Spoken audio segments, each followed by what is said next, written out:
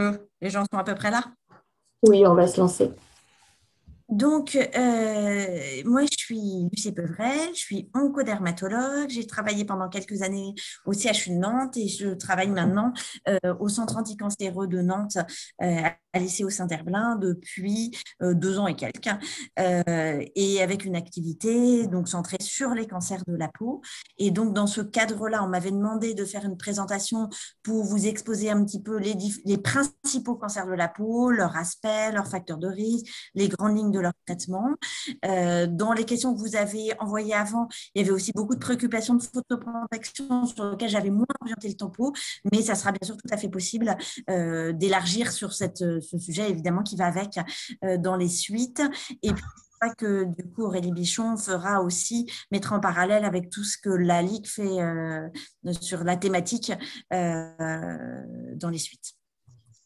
Alors, j'ai essayé de faire des choses assez concrètes. S'il y a des choses pas claires, vous dites.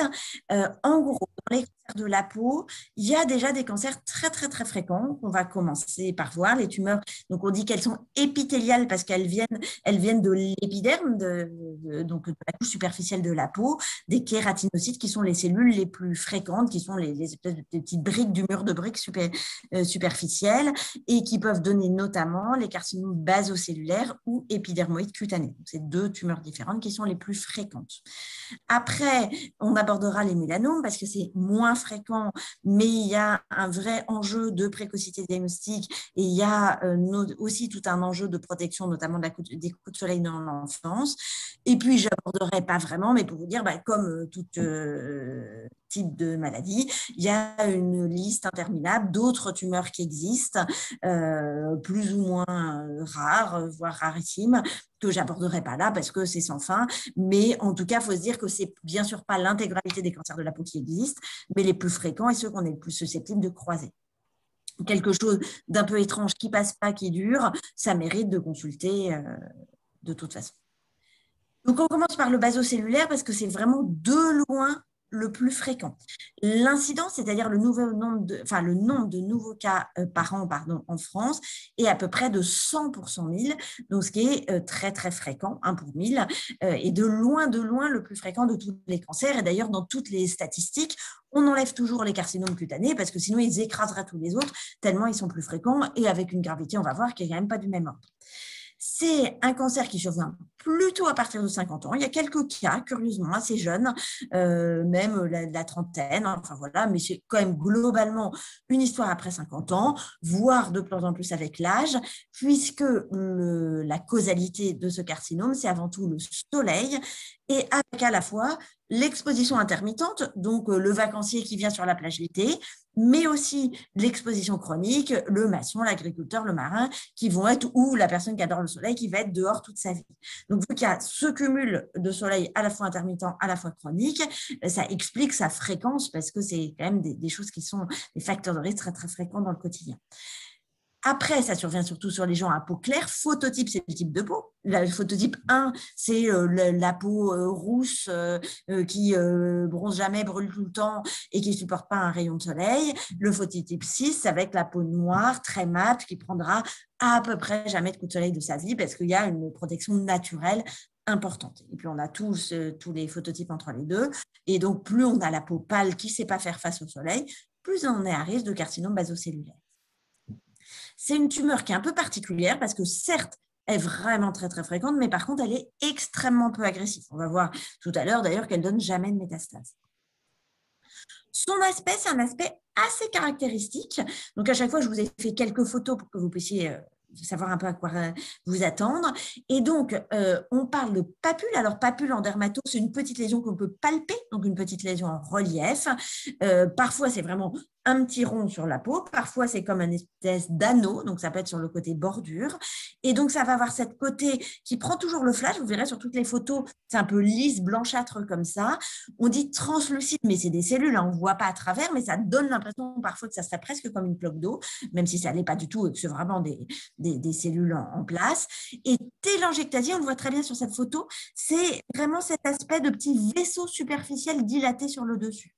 Donc, c'est ça qu'on appelle télangiectasie. Alors, je regarde une conversation. Ah, pardon. c'est du sabotage, c'est l'ouverture aux questions. Donc, c'est des lésions cutanées, comme ça, alors qui peuvent faire 2 mm, comme ça peut faire 5 cm si on laisse le temps passer, et ça ne touche jamais les muqueuses. Donc, vous voyez, ce n'est pas très impressionnant et c'est un peu le piège de cette humeur-là. C'est vu que ça ressemble à trop rien, que ça ne fait pas mal, que ça grossit très tranquillement au fil des mois et des années. Souvent, les gens ne s'alertent pas parce que ça ressemble à pas grand-chose quand même. Je vous montre si ça veut bien, pourquoi ça ne veut plus passer. Voilà. Quelques autres aspects divers et variés. Donc, on devine bien dans ces images-là que ça peut être… excusez-moi, ça fait pas ce que je…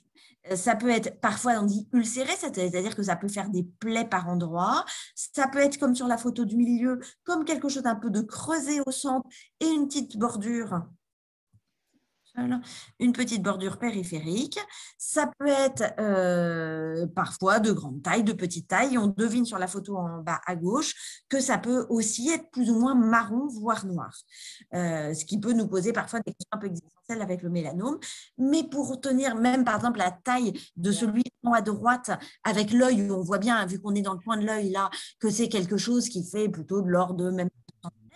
Pour avoir cette taille-là, c'est plutôt 1 an et demi, 2 ans. Donc, ça sale très tranquillement. Donc, le piège, c'est plutôt que c'est tellement tranquille qu'on n'imagine pas que ça peut être quelque chose d'ennuyeux parce que franchement, ça prend son temps. Parfois, ça peut prendre ces aspects beaucoup plus piégeux parce que, alors là, franchement, ça ressemble à trop rien, de lésions plane, pas en relief, qui traînaille avec une texture de peau un peu plus dure au centre qu'en périphérie et une couleur de peau un peu différente.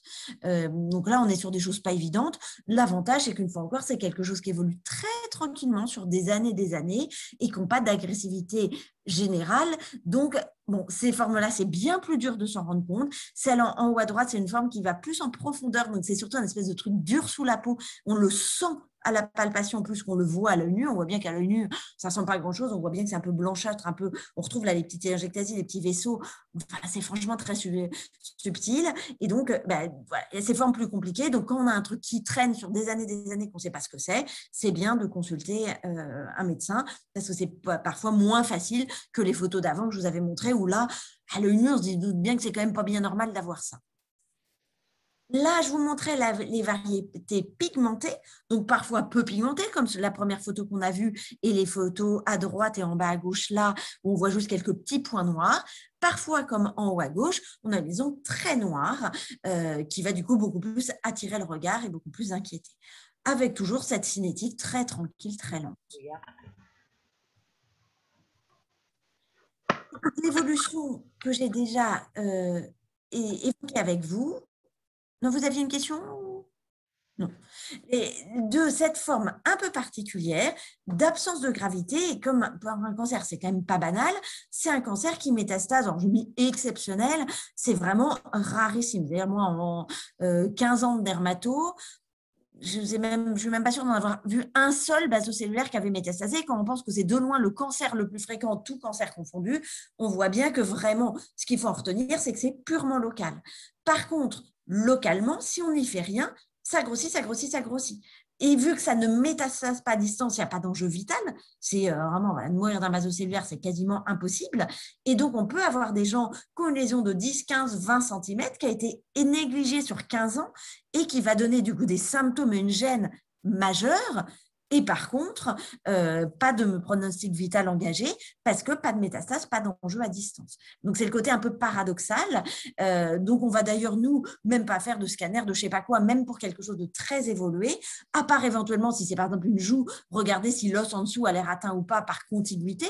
Mais par contre, on n'ira jamais chercher s'il n'y en aurait pas dans le poumon ou dans le foie parce que ça n'arrive pas. Localement, c'est ce qu'on a vu, ça grossit peu à peu, tranquillement, mais quand même au fil des années. Et puis, si on l'opère un peu à l'économie, ça va pouvoir avoir un potentiel de récidiver localement. Si on en laisse un bout, ce bout, il va repousser progressivement et il va revenir. Donc, certes, c'est pas grave, c'est pas agressif, mais c'est pas une raison pour ne pas s'en occuper correctement, pour éviter d'aller dans des formes plus agressives, enfin plus gênante en fait localement. Or, on a vu que plus on avançait en âge, plus on risquait d'avoir des carcinomes parce que plus on cumulait le soleil, que ça soit intermittent ou chronique. Et du coup, c'est des questionnements qu'on a parfois à 102 ans. Qu'est-ce que je fais sur une dame de 102 ans qui vient en consultation, qui est démente et qui a un carcinome basocellulaire de la joue? C'est vraiment une discussion avec le patient s'il peut le donner son avis, sa famille, son médecin, pour voir un peu le pronostic et essayer de deviner si la personne elle va être plus gênée par la chirurgie ou les choses qu'on va faire ou par l'évolution potentielle du carcinome par lui-même. Et donc, la prise en charge, alors je vous la fais très, très schématique, mais en gros, immense majorité des carcinomes, ça s'opère et ça se guérit en opérant. Et donc, vraiment, les basos, c'est surtout ça. Il peut arriver que sur des carcinomes où on n'a pas pu opérer tout à fait comme on peut, où il y a vraiment pas mal de facteurs d'agressivité sous le microscope, on rajoute en plus une radiothérapie préventive pour éviter que ça revienne localement, là où on a opéré. Et puis, on a des petites subtilités des deux extrémités, c'est-à-dire les tout petits superficiels, comme les photos que je vous avais montrées en montrant que voilà, ça ressemblait vraiment à une espèce de plaque à peine visible. Et bien là, on a parfois, on a accès à des traitements locaux, que ce soit des crèmes médicaments remboursés ou une technique avec une lumière un peu spéciale, mais pareil, à base de médicaments remboursés. Donc, on va pouvoir essayer d'économiser la chirurgie et de faire du plus simple, purement local, sans utiliser le bistouri. Et à l'autre extrémité, on va avoir des basocellulaires inopérables. Donc là, alors, je vous ai montré une photo d'IRM qui peut montrer ce que ça peut donner un basocellulaire dont on ne s'occupe pas. C'est donc une coupe de la figure à la fois dans ce sens-là et dans ce sens-là. Et la normale, c'est ce qui est blanc. Et donc, on devine l'œil qui est le gris un peu au centre, dans un énorme magma de blanchâtre qui englobe le nez, qui englobe le cerveau, qui englobe toute la mâchoire supérieure, toute la joue. Donc, quelque chose qui avait été négligé sur quasiment 20 ans chez cette dame-là, une dame qui n'avait pas envie de consulter.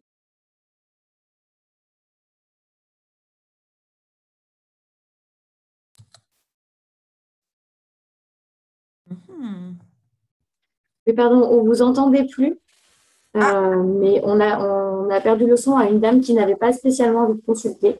D'accord. Alors, attendez, c'est bizarre de temps en temps. Voilà. Merci. Donc là, c'est bon. C'est revenu. Oui. Donc, voilà, une dame qui avait négligé les choses parce que voilà, elle n'était pas là-dedans.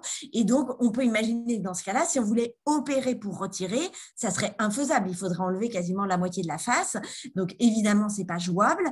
Et donc, dans ce cas-là, il existe des médicaments, des thérapies ciblées qui ciblent alors, une anomalie à coucher dehors, la voie hedgehog, bref, une voie un peu particulière qui peut s'activer dans le cancer vraiment assez sélectivement dans le basocellulaire. Et donc, on peut aller cibler par des comprimés traitant cette voie-là.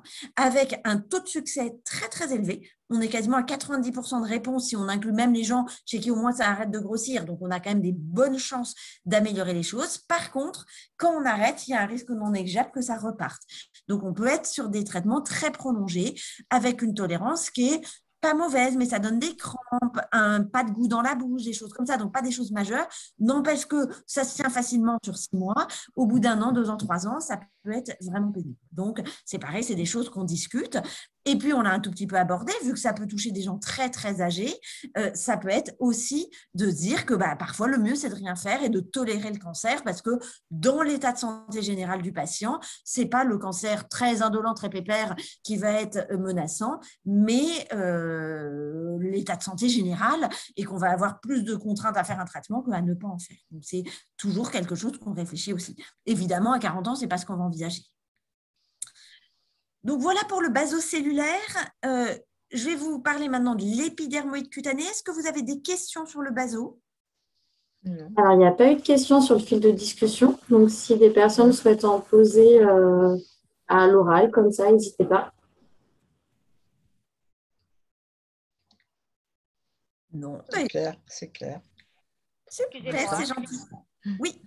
Pour le carcinome basocellulaire, je vois qu'il y a Imiquimod, qu'est-ce que ça veut dire, s'il vous plaît? Alors, imiquimod, c'est le nom d'une crème traitante, d'une crème médicament, un immunostimulateur. Donc, en fait, c'est le nom d'un traitement local en crème qui peut traiter les carcinomes basocellulaires superficiels. Et photothérapie dynamique, c'est du coup une technique de photosensibilisant un peu spéciale qu'on applique en crème et après, on met une longueur d'onde spéciale d'UV pour aller détruire. Donc, l'un comme l'autre, c'est des techniques d'une manière ou d'une autre par une crème médicament pour aller détruire superficiellement le premier millimètre de peau qui est atteint par le carcinome basocellulaire.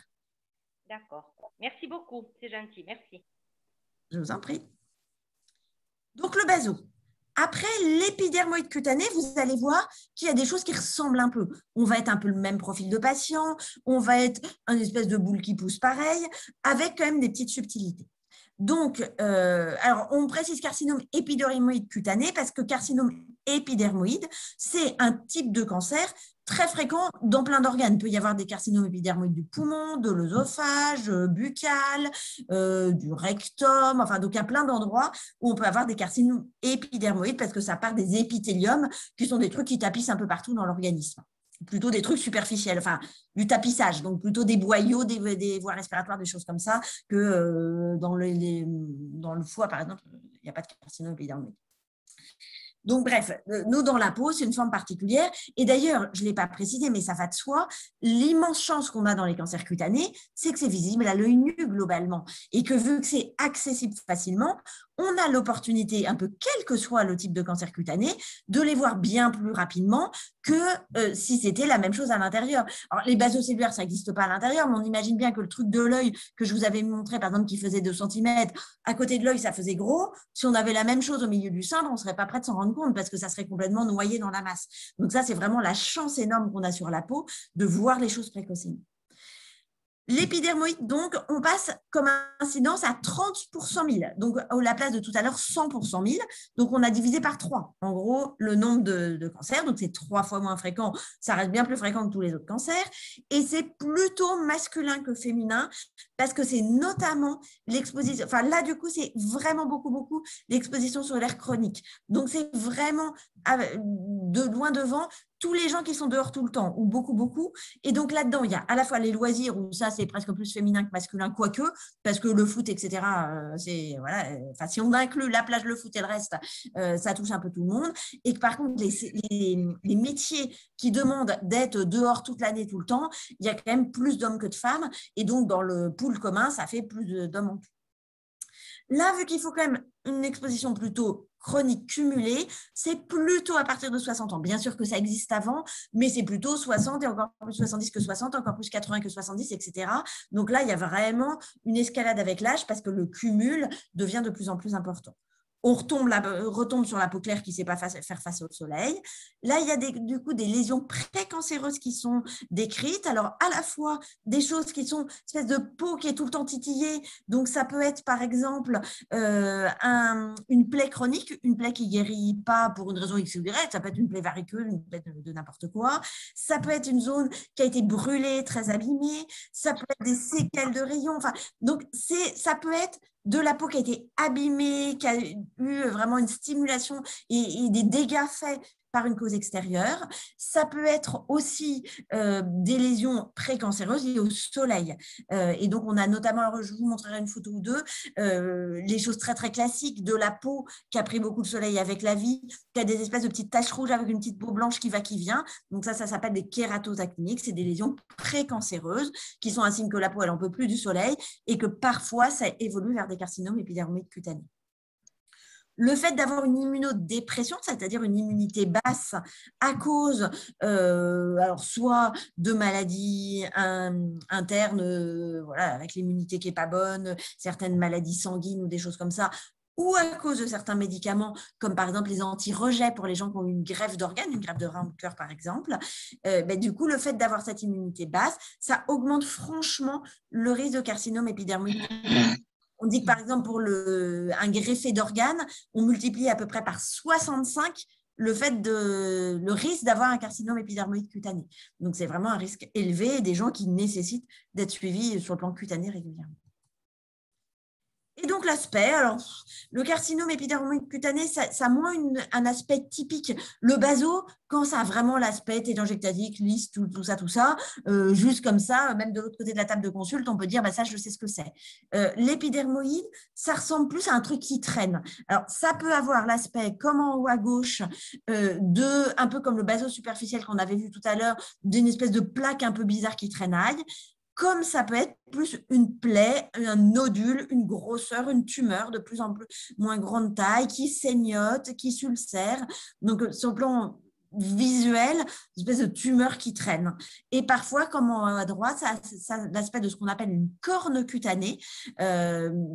Et donc, c'est comme les cornes des animaux. En fait, la peau, quand elle se renouvelle, quand elle vieillit, les cellules mortes ne tombent plus, elles restent accumulées les unes aux autres. Et donc, ça fait comme une espèce de corne toute dure qu'on n'arrive pas à couper au ciseau et qui correspond en fait qu'à la base, il y a des cellules qui cafouillent, qui sont précancéreuses ou cancéreuses et qui fait que les cellules ne se multiplient pas comme il faut, ne vieillissent pas comme il faut et restent agglutinées les unes aux autres.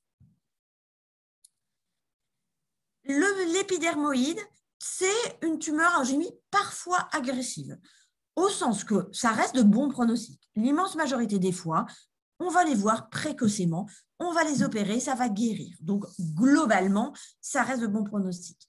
Mais ça a un potentiel plus important que le basocellulaire. Parfois, ça peut s'étendre localement, donc ça peut grossir et faire une grosseur locale, mais ça peut aussi, de temps en temps, aller dans les ganglions, voire parfois à distance, dans le poumon, dans le foie ou ailleurs. On voit que c'est en gros, moins de 5% des cas. Donc, ça reste vraiment pas du tout l'évolution naturelle attendue. N'empêche que ça justifie d'autant plus de ne pas laisser traîner sans s'étendre. Et donc, autant le basocellulaire, le seul enjeu, c'est est-ce que la plaie elle-même va plus gêner que le traitement, autant là, il y a quand même aussi le fait de dire, si on néglige et s'il y a 5 ans qui se passent, non seulement ça va faire une tumeur moche et qui gêne, mais en plus, on a un risque de métastase et à terme, éventuellement, d'enjeu vital. Alors, des gens qui meurent de leur carcinome épidermoïde cutané, ça reste complètement anecdotique par rapport au nombre de carcinomes épidermoïde cutané, parce que l'immense majorité des cas vont être opérés et guéris. Mais n'empêche que nous, on a quand même dans notre tête que c'est un truc qui peut arriver parfois et donc que ça mérite une attention un peu en fonction. Si on opère mal, si on y va à l'économie, et de la même façon, on va pouvoir avoir des récidives locales et que de la même façon que pour les basocellulaires, le traitement, c'est l'opération, on va voir ça. Je vous ai dit qu'avec l'âge, le risque il est de plus en plus important et donc on va avoir la même problématique que le baso de dire à 103 ans ou même à 95 ou à 80 ans pas du tout conservé, quel est l'enjeu? Est-ce qu'il faut opérer complètement, ne pas opérer du tout, faire une vague chirurgie de propreté mais en sachant que ça va revenir? Parfois on a un peu ces questionnements-là. Et donc le traitement, c'est avant tout opération. De la même façon, donc ça c'est vraiment le traitement de, je pense, 99% des carcinomes épidermoïdes cutanés. C'est vraiment le traitement principal.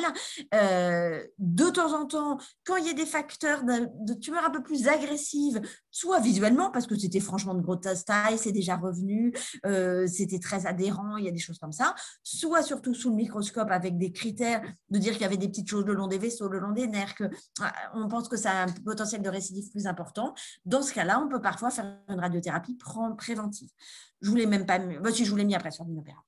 Et de la même façon que tout à l'heure, on va avoir aussi les deux extrêmes, c'est-à-dire le petit épidermoïde juste dans l'épiderme, tout débutant, tout petit, tout superficiel, et lui, comme tout à l'heure, on va pouvoir lui faire des traitements locaux pour éviter de sortir le bistouri. Donc, photothérapie dynamique, on se retombe la technique de tout à l'heure avec je mets de la crème, une lumière spéciale et je brûle en faisant comme ça. Et là, on n'a pas le mot imiquimode de tout à l'heure, mais 5F utopique, ça, c'est un autre nom de crème locale, traitante. Donc, vraiment, c'est du médicament. On n'est pas du tout dans la crème hydratante ou autre. D'ailleurs, ça va être un peu moche après, ça va irriter parce que ça détruit. Mais donc, sur les tout petits sympathiques très débutants, on va pouvoir essayer de traiter juste avec une crème superficielle d'une manière ou d'une autre. Et à l'opposé du spectre, par exemple, comme la dame que je vous ai montrée avec une énorme tumeur qui est du coin de l'œil là et qui va quasiment jusqu'à l'oreille, on imagine bien qu'enlever tout, ça va être pas très simple. Et donc là, on peut se poser des questions entre faire des rayons tout seul, Ça va être un peu moins efficace que la chirurgie, mais ça peut parfois contenir les choses en bout de temps et ça peut nous rendre service. Ça peut être des traitements lourds, comme un carcinome épidermoïde qu'il y aurait dans l'œsophage, le rectum ou autre, avec de la chimiothérapie. Alors, je vous ai mis les noms, on s'en fiche un peu, des anticorps, des trucs comme ça. Mais souvent, on est sur des populations assez âgées chez qui c'est pas trop possible. Mais en tout cas, il y a des opportunités de ce domaine-là. Et puis, on a aussi maintenant une gamme qui se développe à vue d'œil un peu partout, et aussi, on le verra sur le mélanome juste après, et aussi sur l'épidermoïde cutané, qui est à base d'immunothérapie. Donc, vous avez ces traitements qui débloquent nos cellules immunitaires pour qu'elles puissent attaquer les cellules cancéreuses. Et donc là, vu qu'on est dans des cellules qui ont une très sale tête, les cellules qui ont pris plein de soleil, qui ont muté dans tous les sens, c'est un peu comme les cellules qui ont pris plein de tabac et qui ont muté dans tous les sens, elles sont toutes cabossées, anormales, et donc les cellules immunitaires ont une capacité non négligeable à les reconnaître, mais parfois sont dépassées, et donc l'immunothérapie, ça peut être une voie intéressante. Donc, cemiplimab, c'est le nom du médicament. De temps en temps, le mieux, c'est de rien faire de la même façon, donc sur quelque chose inopérable ou complexe, ou quelqu'un, que ça soit le carcinome qui soit inopérable ou le patient parce qu'il est trop fragile, il faut toujours se poser la question de qu'est-ce qu'on peut faire et qu'est-ce qu'il est souhaitable de faire. Et donc là, j'ai dû vous mettre une photo juste pour dire que finalement, on a vu que basocellulaire, épidermoïde, on est globalement sur des gens qui ont pris du soleil cumulé sur leur vie, qui ont la peau claire, qui ont parfois un peu d'âge. Alors, c'est de l'âge tout relatif, parce qu'on a vu que c'est 50 et 60 ans. Donc, on n'est pas forcément dans la grande gériatrie. Il y a un peu de tout. Mais finalement, souvent, les jeunes, c'est simple parce qu'ils consultent vite, ils sont en bon état, donc on opère, on ne se pose pas de questions. Mais en tout cas, on est sur le même terrain. Donc là, je vous remets le nom de kératose actinique et la petite lésion. Alors, on voit bien, par exemple, sur le front de la dame. Je ne sais pas si, parce qu'on sait que sur ce genre de truc, vous voyez ma souris ou pas? Oui, super. Donc là, on voit ces petites choses-là qui ne sont pas très impressionnantes, qui sont avec une espèce de petite pellicule blanchâtre qui va, qui vient sur un truc qui n'est pas douloureux ni rien. Donc ça, c'est très, très fréquent avec l'âge. Et ça s'appelle les kératoses actives, c'est précancéreux. Et donc, les kératoses, des carcinomes qui soient baso ou épidermoïdes, finalement, ça vient sur le même terrain. Donc, c'est volontiers associé. On parle souvent de champ de cancérisation. C'est-à-dire que finalement, il y a eu des petites mutations un peu partout de la zone. Et un coup, c'est un type de carcinome qui pousse à un endroit. Un coup, ça va être une kératose actinique ailleurs. Un coup, un baso encore ailleurs. Et on va voir volontiers au fil de la vie des gens, un peu accumule les uns derrière les autres de ces lésions-là. Et donc, ça s'explique bien. Et statistiquement, si on a fait un premier cancer cutané carcinome, on a 50% de risque dans les 5 ans, d'en faire un deuxième qui n'a rien à voir. Donc, pas une récidive, pas le premier qui revient, mais juste un deuxième qui n'a rien à voir. Donc, c'est des gens qui doivent avoir un suivi cutané. Alors, j'ai bien fait attention de dire cutané et pas dermato, parce que des fois que ça vous a échappé, les dermatos, c'est une denrée rare et précieuse. Et donc, on peut pas voir tout le monde, c'est juste pas possible. Et donc, dans ce cadre-là, il y a de plus en plus un espèce de glissement, je pense que pas du tout une mauvaise chose sur les généralistes qui peuvent s'intéresser, que finalement, un généraliste qui regarde correctement la peau et qui déshabille, alors, c'est bien de regarder de la tête aux pieds, mais en vrai, 90% des lésions, ça va être avant-bras, ça va être le cou, ça va être ce qui déborde. Si le soleil a vu, l'œil du médecin ou du bénévole intéressé ou autre va être capable de voir aussi. Donc finalement, déjà regarder sur ce qui dépasse et repérer ces choses et du coup adresser en disant là, ça m'inquiète, ça va être plus pertinent qu'adresser tout le monde tout le temps parce que c'est pas possible. Il y a déjà 6 mois de délai et malheureusement, il n'y a pas des ressources humaines suffisantes pour voir tout le monde comme il faudrait. Voilà pour le côté carcinome et champ de cancérisation. Est-ce que vous avez des petites questions? Alors, pas de questions dans le fil de conversation non plus. Je laisse les personnes qui voudraient en poser à l'oral, s'il y en a.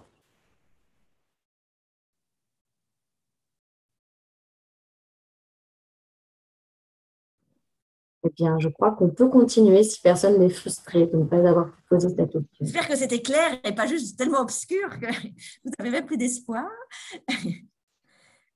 Alors, donc le mélanome.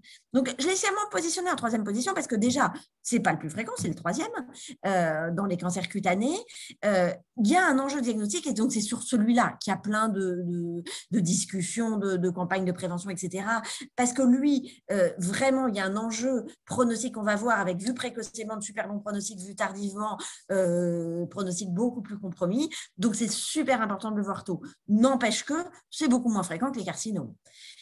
Et donc là, oui, je vous l'ai pas remis en pour 100 000 habitants, mais si on compare avec le baso qui était 100 pour 100 000 habitants, l'épidermoïde qui était 30, en gros, là, c'est 10. Donc, on est à peu près, à nouveau, on divise par 3.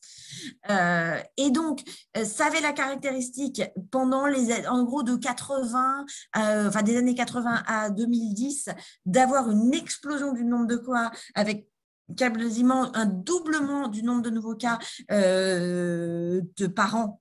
Tous les 10 ans. Donc, tous les 10 ans, c'était 2 fois plus que 10 ans plus tôt. Donc, il y a eu une explosion qu'on voit bien là sur la courbe. Et là, ça commence, c'est pas encore stabilisé, mais ça commence à se stabiliser. Donc, bon, voilà, petite idée du nombre de cas, donc 15 000 et quelques cas en 2019 et quasi 2000 décès par an. On a des chiffres très précis, mais qui sont basés sur des trucs moyennement précis, vu que ce n'est pas une déclaration obligatoire. Donc, ça donne un ordre d'idée. Et ça prouve bien quand même qu'il y a un lien important avec le soleil, parce que ça correspond quand même aux changements drastiques d'habitude solaire. On est passé de être bronzé ses ploucs et il faut être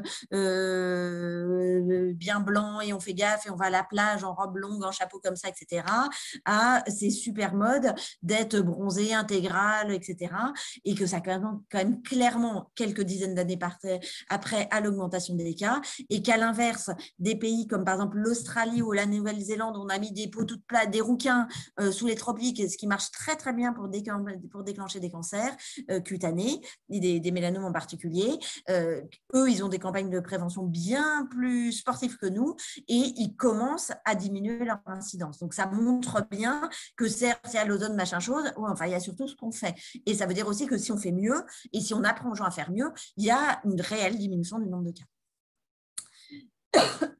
Ça a la particularité comme tranche d'âge d'avoir déjà un âge moyen en diagnostic qui est de 60 ans, ce qui est assez jeune pour les cancers. Souvent, l'âge moyen, il est quand même un peu plus tard. Et ça s'explique, cette jeunesse, par l'étalement sur la tranche d'âge hyper large. C'est-à-dire que c'est décrit, enfin, il y en a dans l'enfance, ça c'est rarissime, mais à 20-25 ans, il y en a un peu, et 30 ans, vraiment, il y en a un peu aussi. C'est pareil, à côté de 60 ans, c'est ridicule, hein, mais vraiment, on suit en permanence des trentenaires dans nos files d'attente, enfin, dans nos files de patients. Donc, c'est pas le cas tous les 25 ans qu'on voit. Et à l'inverse, il y a aussi des centenaires. Donc, c'est super étalé, mais il y a vraiment un nombre non négligeable de jeunes et de vrais jeunes. Voilà. Et du coup, vu que dans les sujets jeunes, il n'y a pas beaucoup de cancers et que les cancers des sujets jeunes, c'est souvent des choses qui se traitent plus tôt, le testicule, la leucémie, les choses comme ça, c'est des choses finalement qui ne sont pas simples, mais avec des traitements qui fonctionnent plutôt bien, et bien ça fait que les jeunes qui meurent de cancer, la première cause, c'est le mélanome. Parce qu'il n'y a pas tant de concurrence que ça, et les autres ont tendance à plutôt bien tomber. Et donc, les facteurs de risque, c'est vraiment la peau claire, ça on retombe tout le temps sur la même chose, et notamment les coups de soleil dans l'enfance. La caricature, même si le fait d'avoir le facteur de risque, ça ne fait pas le cancer, et inversement, ce n'est pas parce qu'on a le cancer qu'on a forcément le facteur de risque, mais la caricature, c'est vraiment le blond ou le rouquin qui vit en ville, qui ne croit jamais le soleil, qu'on met à la plage en été, qui brûle 2-3 fois tous les étés, etc., et qui après ne revoit plus le soleil. Enfin, donc, c'est plutôt ces coups de soleil, notamment dans l'enfance, qui sont les principaux facteurs de risque, d'où l'intérêt évident des campagnes de prévention sur la plage, mais je ne pense pas que sur la plage, parce que souvent, justement, on pense soleil et plage, ou en disant, ça c'est… Mais le jardin ou la piscine dans le jardin, ça tape autant que la plage, et que le parc à moitié à poil parce qu'il fait beau, ça tape autant que la plage. Donc, il faut… je pense que dans les choses importantes de prévention, on en reparlera un petit peu quand même, c'est de se dire que ce n'est pas l'intention qui compte. Donc, ce n'est pas parce qu'on cherche à être au soleil ou on cherche à bronzer que ça serait plus dangereux que parce qu'on est dehors et à faire autre chose et qu'au passage, on prend le soleil. Et ça, je pense que c'est souvent dans les choses que les gens n'ont pas bien intégrées. Et par exemple, nous, quand on nous demande « est-ce que vous vous exposez au soleil ?», les gens, ils parlent à peu près que de plage. Avec moi, jamais, j'aime pas la plage. Et votre jardin, ah bah oui, bah là, j'y passe 35 heures par semaine. Ah bah, du coup, vous vous exposez vraiment beaucoup. Et souvent, sincèrement, on n'a pas trop intuitivement cette notion-là. Donc, bref, le mélanome, c'est plutôt la peau claire qui prend des coups de soleil et le fait d'avoir de nombreux grains de beauté. On va voir quelques photos. Ce n'est pas forcément un grain de beauté qui dégénère. Ça peut arriver, mais ça, c'est que si on prend un mélanome, il n'y a que 20% des cas qui viennent d'un grain de beauté au départ. Par contre, plus on a de grains de beauté, plus ça veut dire que génétiquement, on a une tendance à agglutiner des mélanocytes et que d'autre part, on a pris le soleil. Enfin, c'est un peu le mélange de ces deux choses-là. Donc, le fait d'avoir des grains de beauté nous a fait dire attention, on fait plus attention, mais ce n'est pas pour autant forcément le grain de beauté lui-même qui va dégénérer. Il peut, mais ça peut être la peau d'à côté. Et donc, voilà, on a ces lésions-là qui ne sont pas forcément si faciles que ça, et souvent, ça se présente comme ça, un drôle de truc marron de est-ce que c'est un grain de beauté standard, donc on dit névus sur le terme médical, mais ça veut dire exactement grain de beauté. Où est-ce qu'on est en mélanome? Donc, parfois, on dit mélanome malin. En fait, c'est redondant. Un mélanome ne peut être que malin. C'est forcément un cancer. La version bénigne, l'accumulation bénigne de mélanocytes, donc de cellules de bronzage de la peau, c'est le névus. Et donc, de temps en temps, on a un peu de doute. Alors, lui, celui que je vous ai montré au milieu, en vrai, c'est un vrai mélanome. Mais parfois, ce n'est pas si évident. Les photos de droite, on voit bien, je ne pense pas que vous êtes en train de vous dire à droite, ah bah tiens, c'est marrant, j'ai pile poil le même. On voit bien que c'est des choses parfois évidentes, très atypiques, très irrégulière. De temps en temps, c'est beaucoup plus subtil que ça. Et donc, comment on fait la différence entre ce qui est un grain de beauté standard ou un mélanome cancéreux? Il y a deux grandes règles, pardon. D'une part, celle que je mets maintenant en premier, parce que je pense qu'en fait, c'est souvent la meilleure. Et d'ailleurs, les diagnostics de mélanome, ils sont faits dans l'immense majorité des gens par les patients ou leur entourage. Parce que c'est quand même bizarre, j'avais pas ça, c'est étrange, chaboule, ou t'as vu, j'ai rien d'autre qui ressemble. Eh bien, intuitivement, on est capable de le repérer soi-même sur sa peau. Et donc, ça veut dire qu'un peu formé et un peu alerté, a fortiori, vous avez cette capacité-là de pouvoir guider un peu les patients. Et donc, le vilain petit canard, je vais vous montrer une photo. Le principe, il est, voilà, comme dans l'histoire, de qu'est-ce qui ne ressemble pas au reste. Et finalement, un grain de beauté qui a une sale tronche, mais il y en a 8 qui ont exactement la même tête sur le même patient au même moment, la probabilité d'avoir 8 mélanomes concomitants au même stade, elle est quand même super faible. Alors que celui qui attire pas trop comme ça, mais qui vraiment ressemble à rien du reste, c'est peut-être lui qui doit le plus attirer le regard. Et puis la règle ABCD, on va la détailler. Donc, vous là voyez un exemple d'un dos d'une patiente. Il faudrait que je la retourne un jour, parce qu'il y a la culotte en l'air, donc elle est tête en bas. C'est pas très futé, mais bref. Donc, c'est le dos d'une patiente. On voit les traces du maillot de bain, d'ailleurs, du bronzage de maillot de bain. Et là, est-ce que vous avez éventuellement une lésion qui vous attire un peu le regard? Est-ce que quelqu'un veut se lancer? Oui, bonjour. Moi, je vois effectivement la lésion qui se trouve, alors je ne sais pas comment vous la décrire, celle qui fait un petit point noir et puis un autre un peu plus important et puis au milieu, ça paraît un peu gris. Voilà exactement là où… ça, oui. Voilà, exactement. Donc ça paraît effectivement différent de tout ce qu'il y a autour. Eh bien, vous avez diagnostiqué votre premier mélanome. Bravo. Sauf que dans le dos, on n'est pas… Enfin, moi, je n'ai pas de mari, par exemple, qui pourrait voir que dans mon dos, de temps en temps, ça admirait son dos dans la glace. Donc, du coup… Alors ça, c'est une vraie réalité.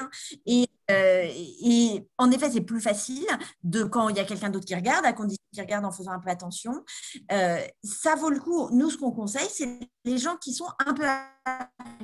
C'est-à-dire peau claire, qui ont pris des coups de soleil dans l'enfance, qui ont éventuellement eux-mêmes fait un mélanome ou dans leur famille, qui ont plein de grains de beauté. Et c'est de faire la démarche 1 à 2 fois par an, de se dire, je me mets devant la glace, à la limite même en regardant vulvaire avec une glace à main, etc. Et on regarde. Ah oui, ma connexion Internet est instable. Vous m'entendez? Oui, des fois, le son n'est pas… Oui, ça vient de m'afficher ça. Puis, vu que j'avais ma collègue dans mon bureau, qu'on est par deux, je suis allée me mettre en libre, là, en Wi-Fi, et parfois ça part moins bien. Peut-être… Donc, en tout cas, si on… Oui. Oui, pardon. Dans l'ensemble, jusque-là, ça va, mais c'est vrai que de temps en temps, il y a des petits sauts de voix. Peut-être en coupant la caméra, comme ça, la bande passante mettra… Oui, voilà, plus de, je sais pas c'est comment pas mal. dire, plus d'énergie sur la voix. On ne vous verra pas, mais on vous entendra probablement mieux. Oui, ça me semble logique. Arrêtez la vidéo. Tac. Bonne idée. J'ai fait, vous allez me dire si ça marche mieux. Ah bah, j'ai l'impression que ça ne marche plus du tout. Si. Ça marche, super. Merci. Donc, en tout cas, dans les conseils, ça peut être de se dire, si on s'estime à risque, eh ben, on prend le fait de regarder. Et là, par exemple, on imagine bien que cette photo-là, dans notre propre dos, finalement, face à une glace, ben, on aurait été capable de le repérer aussi. Et donc, c'est moins évident, hein, ça c'est sûr, mais ça reste jouable quand même. Et puis, ça veut dire aussi que si par exemple, vous faites en tant que bénévole des moments sur la plage ou autre, bah, là, s'il y a un truc qui attire forcément, franchement, le regard, je pense qu'on peut s'autoriser à dire, bah, tiens, c'est rigolo, il y a ce truc-là, je ne sais pas, vous êtes au courant, ou... parce qu'en effet, ça peut être à des occasions comme ça. Moi, je sais que j'ai un certain nombre de patients qui disaient que d'ailleurs, par exemple, c'est des copines à la plage, par exemple, qu'on fait remarquer un truc ou derrière le genou, enfin, des endroits où on n'a pas l'habitude de regarder. Et donc, ça vaut le coup d'avoir un peu cette idée de se dire, tiens, je vais me regarder de temps en temps. Alors, bien sûr qu'on ne verra pas tout, que le mini hyper débutant parfaitement subtil, bah, on ne le repérera peut-être pas, mais qu'après tout, le tout débutant, l'enjeu diagnostique, alors plus c'est pris tôt, mieux c'est, mais ce n'est pas très grave. Et de prendre cette habitude-là, de regarder un peu de temps en temps, de faire attention et de repérer s'il y a quelque chose qui tranche, ça peut valoir le coup quand même. Est-ce qu'il y aurait une hérédité, le mot est peut-être pas juste, mais oui, un genre d'hérédité sur ce genre de cancer? Oui, alors c'est une bonne remarque. Il y a alors, je dirais oui sur deux plans. C'est-à-dire une hérédité un peu, là il y a un molle, c'est-à-dire que si on a une peau toute pâle et que bah, souvent on a des enfants avec des peaux toutes pâles, et si on est fan de plage et qu'on y va semi à poil avec de l'huile à je sais pas quoi pour mieux bronzer, bah, souvent ces enfants prennent un peu la même habitude.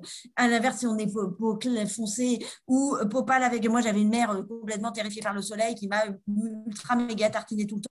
Donc il y a ce côté un peu éducationnel quelque part qui joue, qui est un peu à côté de votre question, mais donc ce qu'on transmet à ses enfants, c'est son potentiel génétique. Donc quand on a une peau pâle, bah, souvent on transmet de la peau pâle, et le regard qu'on a sur le fait d'être dehors, de s'exposer, de est-ce que voilà c'est chouette d'être super bronzé, est-ce que oh, t'es trop mimi machin, enfin j'avais des belles filles où voilà c'était renvoyé tout le temps sur elle est trop mimi, elle est trop adorable, elle est ultra bronzée, voilà, dans ma famille c'était pas trop l'habitude, et sans jugement, en tout cas, il y a ça qu'on transmet quand même à ses enfants. Et de façon un peu plus génétique et pour répondre un peu plus, voilà, de façon plus pertinente à votre question, il y a quelques gènes très fortement prédisposants au mélanome, un peu la même façon que le cancer du sein, il y a le gène BRCA1 et BRCA2 qui sont bien connus, qui sont celui d'Angelina Jolie, là, qui sont très prédisposants et qui demandent une surveillance vraiment différente. Et bien, de la même façon, dans le mélanome, il y a, mais de façon très rare, quelques gènes, c'est des KN2A, c'est des KK, des trucs comme ça, qui sont très prédisposants. Mais moi, de mémoire, pareil, en 15 ans, je crois que j'ai vu 2 personnes qui avaient ces gènes-là. Donc, oui, ça existe, mais c'est vraiment, vraiment pas le quotidien. Et souvent, on tique parce que dans l'arbre génétique de la famille, il y a d'ailleurs, alors, éventuellement des cancers du pancréas, des mélanomes, plusieurs chez la même personne, plusieurs à des ascendants très réguliers, des cancers pleuraux particuliers. Enfin, donc, on voit souvent dans ces familles-là un peu particulières des choses, et d'ailleurs, c'est pas rare que le gène soit déjà connu parce qu'on a déjà tiqué sur des âges inhabituels, des cancers inhabituels, une accumulation inhabituelle de cancers. Mais en tout cas, le quotidien, c'est pas ça. Le quotidien, c'est des cas sporadiques qui viennent comme ça. Merci. Je vous en prie. Donc là, en tout cas, eh ben, vous aviez bien repéré, la lésion à repérer, c'était bien celle-là, et qu'on la regarde de près, ben, on retombe sur un truc qui a quand même un drôle d'aspect. Donc ça, le vilain petit canard, c'est quand même un bon moyen. Et donc, est-ce que l'œil, en balayant, il tique sur un truc qui ne va pas comme les autres? Évidemment, il y a plein de lésions bénignes qui sont pas comme les lésions autres et qui sont pas graves du tout. Donc, c'est en aucun cas un diagnostic de certitude de mélanome, mais c'est plutôt un bon moyen. Et qu'à l'usage, c'est celui-là qui aide le mieux au quotidien. Cela dit, il y a la règle classique ABCDE qui peut rendre service aussi. Donc, c'est A comme asymétrie, le fait qu'on n'arrive pas à passer un axe de symétrie, qu'il y a des creux des bosses qui fait qu'on n'est pas dans un rond, un ovale, un truc bien régulier, mais qu'il y a des excroissances qui font qu'on ne le retrouve pas de l'autre côté. Donc A comme asymétrie, B comme bord irrégulier, qui sont à la fois, pareil, le côté un peu encoché, irrégulier des creux des bosses et le côté très flou. On la devine bien, excusez-moi, je ne suis pas très douée. On la devine bien sur cette photo-là avec, j'ai mis une limite là, mais à la limite, est-ce qu'il fallait la mettre 1 mm par là, 1 mm, enfin, on voit bien que là, on ne sait pas trop où ça commence, où ça s'arrête. Donc, un truc qui baffe comme ça, alors soit sur toute la périphérie, soit sur une zone en particulier, ça doit attirer le regard. C'est comme couleur inhomogène, donc le fait qu'on ait du noir, du brun rouge, du brun clair, parfois du bleu quand le noir est un peu profond et qu'on le voit par transparence. Enfin, donc, on trouve plusieurs couleurs différentes. D comme diamètre de plus de 6 mm et E comme évolutivité. Quelque part, l'évolutivité prise toute seule, elle mérite notre attention. Une lésion, alors, ça dépend de l'âge. Des grains de beauté, ça apparaît facile jusqu'à 30-35 ans. Donc, un grain de beauté qui arrive à 25 ans, qui a exactement la même tête que tous les autres, donc qui n'était pas l'été d'avant, mais qui apparaît là, ça, on ne va pas s'exciter. Mais un qu'on a depuis longtemps, a fortiori si on a 50-60 ans, qui bouge, ça, en soi, ça doit faire tiquer. Après les autres, vous êtes forcément en train de vous dire « Oh là là là là, moi j'en ai des asymétriques, des bords irréguliers, etc. » C'est normal d'en avoir contre des atypies. Ce qui est louche, c'est qu'on cumule les atypies, a fortiori si ça évolue et a fortiori si on est à un âge où ça ne devrait pas être et qu'en plus, il y a d'autres lésions, que ça ne ressemble pas aux autres lésions. Donc, une atypie, 2 atypies, ce qui ressemble au reste, ça ne compte pas. Mais par contre, un cumul d'atypies, ça doit éventuellement alerter et se pousser à faire quelque chose. Donc, vilain petit canard ou règle ABCDE. Si on met des exemples, alors je vous ai mis quelques sous-types parce que voilà, souvent c'est un peu la demande dans le mélanome et je pense que c'est bien de voir pas mal de photos pour apprendre et aussi apprendre à se dire, en fait, je suis sûre que la majorité des photos que je vais vous montrer, si vous les aviez regardées en vous posant la question de dire, tiens, est-ce que ça m'a l'air normal, est-ce que ça a l'air bien? Et bien, vous vous seriez dit, tiens, c'est marrant, c'est pas tout à fait normal. Donc là, l'exemple de cette lésion d'un monsieur en avant de son oreille, où vous avez le gros plan là, ou de loin, ça n'attire pas de façon majeure l'œil, mais quand on regarde, alors si on revient d'ailleurs sur le truc d'avant, il est quand même pas très, il n'a pas beaucoup de taches, ce monsieur. Il a un petit peu, il devait avoir dans les 50 ans de mémoire. Il était suivi pour un lymphome qui avait été traité et il n'est pas très taché par ailleurs. Donc cette lésion, elle est quand même très noire, plus grande que les autres. Et le moins qu'on puisse dire, c'est qu'elle ne se noie pas dans d'autres choses et qu'on regarde de près, on a franchement le côté asymétrique. On voit par exemple en bas que là, il y a comme une petite pointe. Là, c'est pareil, il y a des creux des bosses. Le côté bord irrégulier, alors il est un peu moins franc parce que ça, on arrive assez bien à le dessiner. Bon, il y a un peu de creux de bosse qui font la symétrie, mais ce n'est pas très déchiqueté. Par contre, on voit bien les couleurs inhomogènes selon les zones. On a quelque chose qui est de plus de 6 mm, on a la petite réglette en dessous. Alors, pas de grand-chose, mais on doit être à 7-8. Et puis, l'évolution, sa femme disait, il n'a pas ça, j'en ai parlé à l'hémato parce que franchement, c'est bizarre, il n'avait pas ça avant et ça bouge. Donc là, on avait clairement l'asymétrie, les couleurs inhomogènes, l'évolutivité, le diamètre, on était bien sur un mélanome. Là, un autre exemple où là, finalement, ce qui va le plus sauter aux yeux, c'est le côté bord irrégulier parce que alors là, allez savoir ce qui est du mélanome ou pas dans l'affaire, ça, on se doute bien que ça en est. Hein. Déjà, cette espèce de deuxième collerette, on ne sait plus trop, et puis ça, et puis ça, et puis ça. Enfin, là, franchement, on a envie d'enlever déjà ça dans un premier temps, et puis on va aviser. Mais on a bien du mal à savoir où ça commence, où ça s'arrête. Si on regarde de plus près, il est clairement de grande taille, il est asymétrique, il a aussi des couleurs inhomogènes, il évolue sur la photo, on ne l'a pas. Mais vous voyez, c'est quand même un drôle de truc atypique avec du trait noir, ce qui n'est pas toujours le cas, hein, mais du trait pigmenté très irrégulier. D'autres photos plus impressionnantes de quelque chose qui ne se contente plus de s'étaler tranquillement en surface, mais aussi de grossir vraiment en profondeur. Souvent, le mélanome, ça s'étale tranquillement, puis ça plonge en profondeur, et donc ça commence à faire une boule comme les carcinomes de tout à l'heure, et une boule où parfois c'est tellement le désordre et tellement le bazar dans la peau que ça n'arrive plus à maintenir une peau fermée, parce que les kératinocytes, ils sont tout en désordre de partout, et donc ça fait une plaie. Donc là, on le voit bien sur ces deux. Alors, la photo de gauche, la zone qui devient franchement plus noire et qui bombe tombe parce que là, il y a beaucoup de mélanocytes qui s'accumulent. Donc, on imagine bien que le plus épais, ça correspond à cette zone-là. Mais on devine en dessous toute la zone pigmentée irrégulière qui apparaît tout faux dans l'ABCDE. Et là, cette lésion à droite, qui est un très gros plan, une lésion qui faisait à peu près 2 cm chez un jeune schinosophrène qui avait la trentaine à l'époque. Et son mélanome a été diagnostiqué sur une hospice en psy où ils avaient remonté du sang sur le t-shirt et où en fait, il était déjà évolué. Et ce jeune homme, il est mort en 1 an et demi ou quelque chose comme ça d'une évolution métastatique de son mélanome. Donc, c'est pour ça qu'on s'excite sur le mélanome. C'est pour ça qu'on s'excite dans la prévention et dans les campagnes sur celui-là, pas du tout par sa fréquence, mais par le fait que ne faut pas le voir à ce stade-là, il faut le voir à l'inverse, le monsieur avec le lymphome, alors que pourtant ça a évolué depuis genre 1 an et demi, il a été traité et guéri de son mélanome. Donc, il y a un vrai enjeu de ne pas traîner. On a une autre forme, le mélanome nodulaire, lui qui est une vraie vacherie parce que ça progresse à toute vitesse. Donc là, vous avez le bras, on devine le soutien-gorge, l'aisselle, et puis le bras de la dame avec son gros plan. Et en fait, ces lésions-là, elles peuvent survenir parfois même en 2-3 semaines. Donc, c'est un truc qui pousse super vite. Alors, parfois, c'est 1 mois ou 2, hein, mais globalement, ce n'est pas l'histoire de « j'ai ça qui traîne depuis 1 an ou 2 ». C'est vraiment à l'échelle de semaines, voire de jours. Et donc, quelque part, malheureusement, c'est fréquemment diagnostiqué à un stade déjà un peu évolué, un peu gros, parce que le temps qu'on s'excite, c'est déjà un peu tard. Et donc, celui-là, il y a une urgence presque au jour près à être pris en charge. Donc, un espèce de truc, à fortiori pigmenté, qui grossit de jour en jour, là, il faut vraiment que les gens y consultent.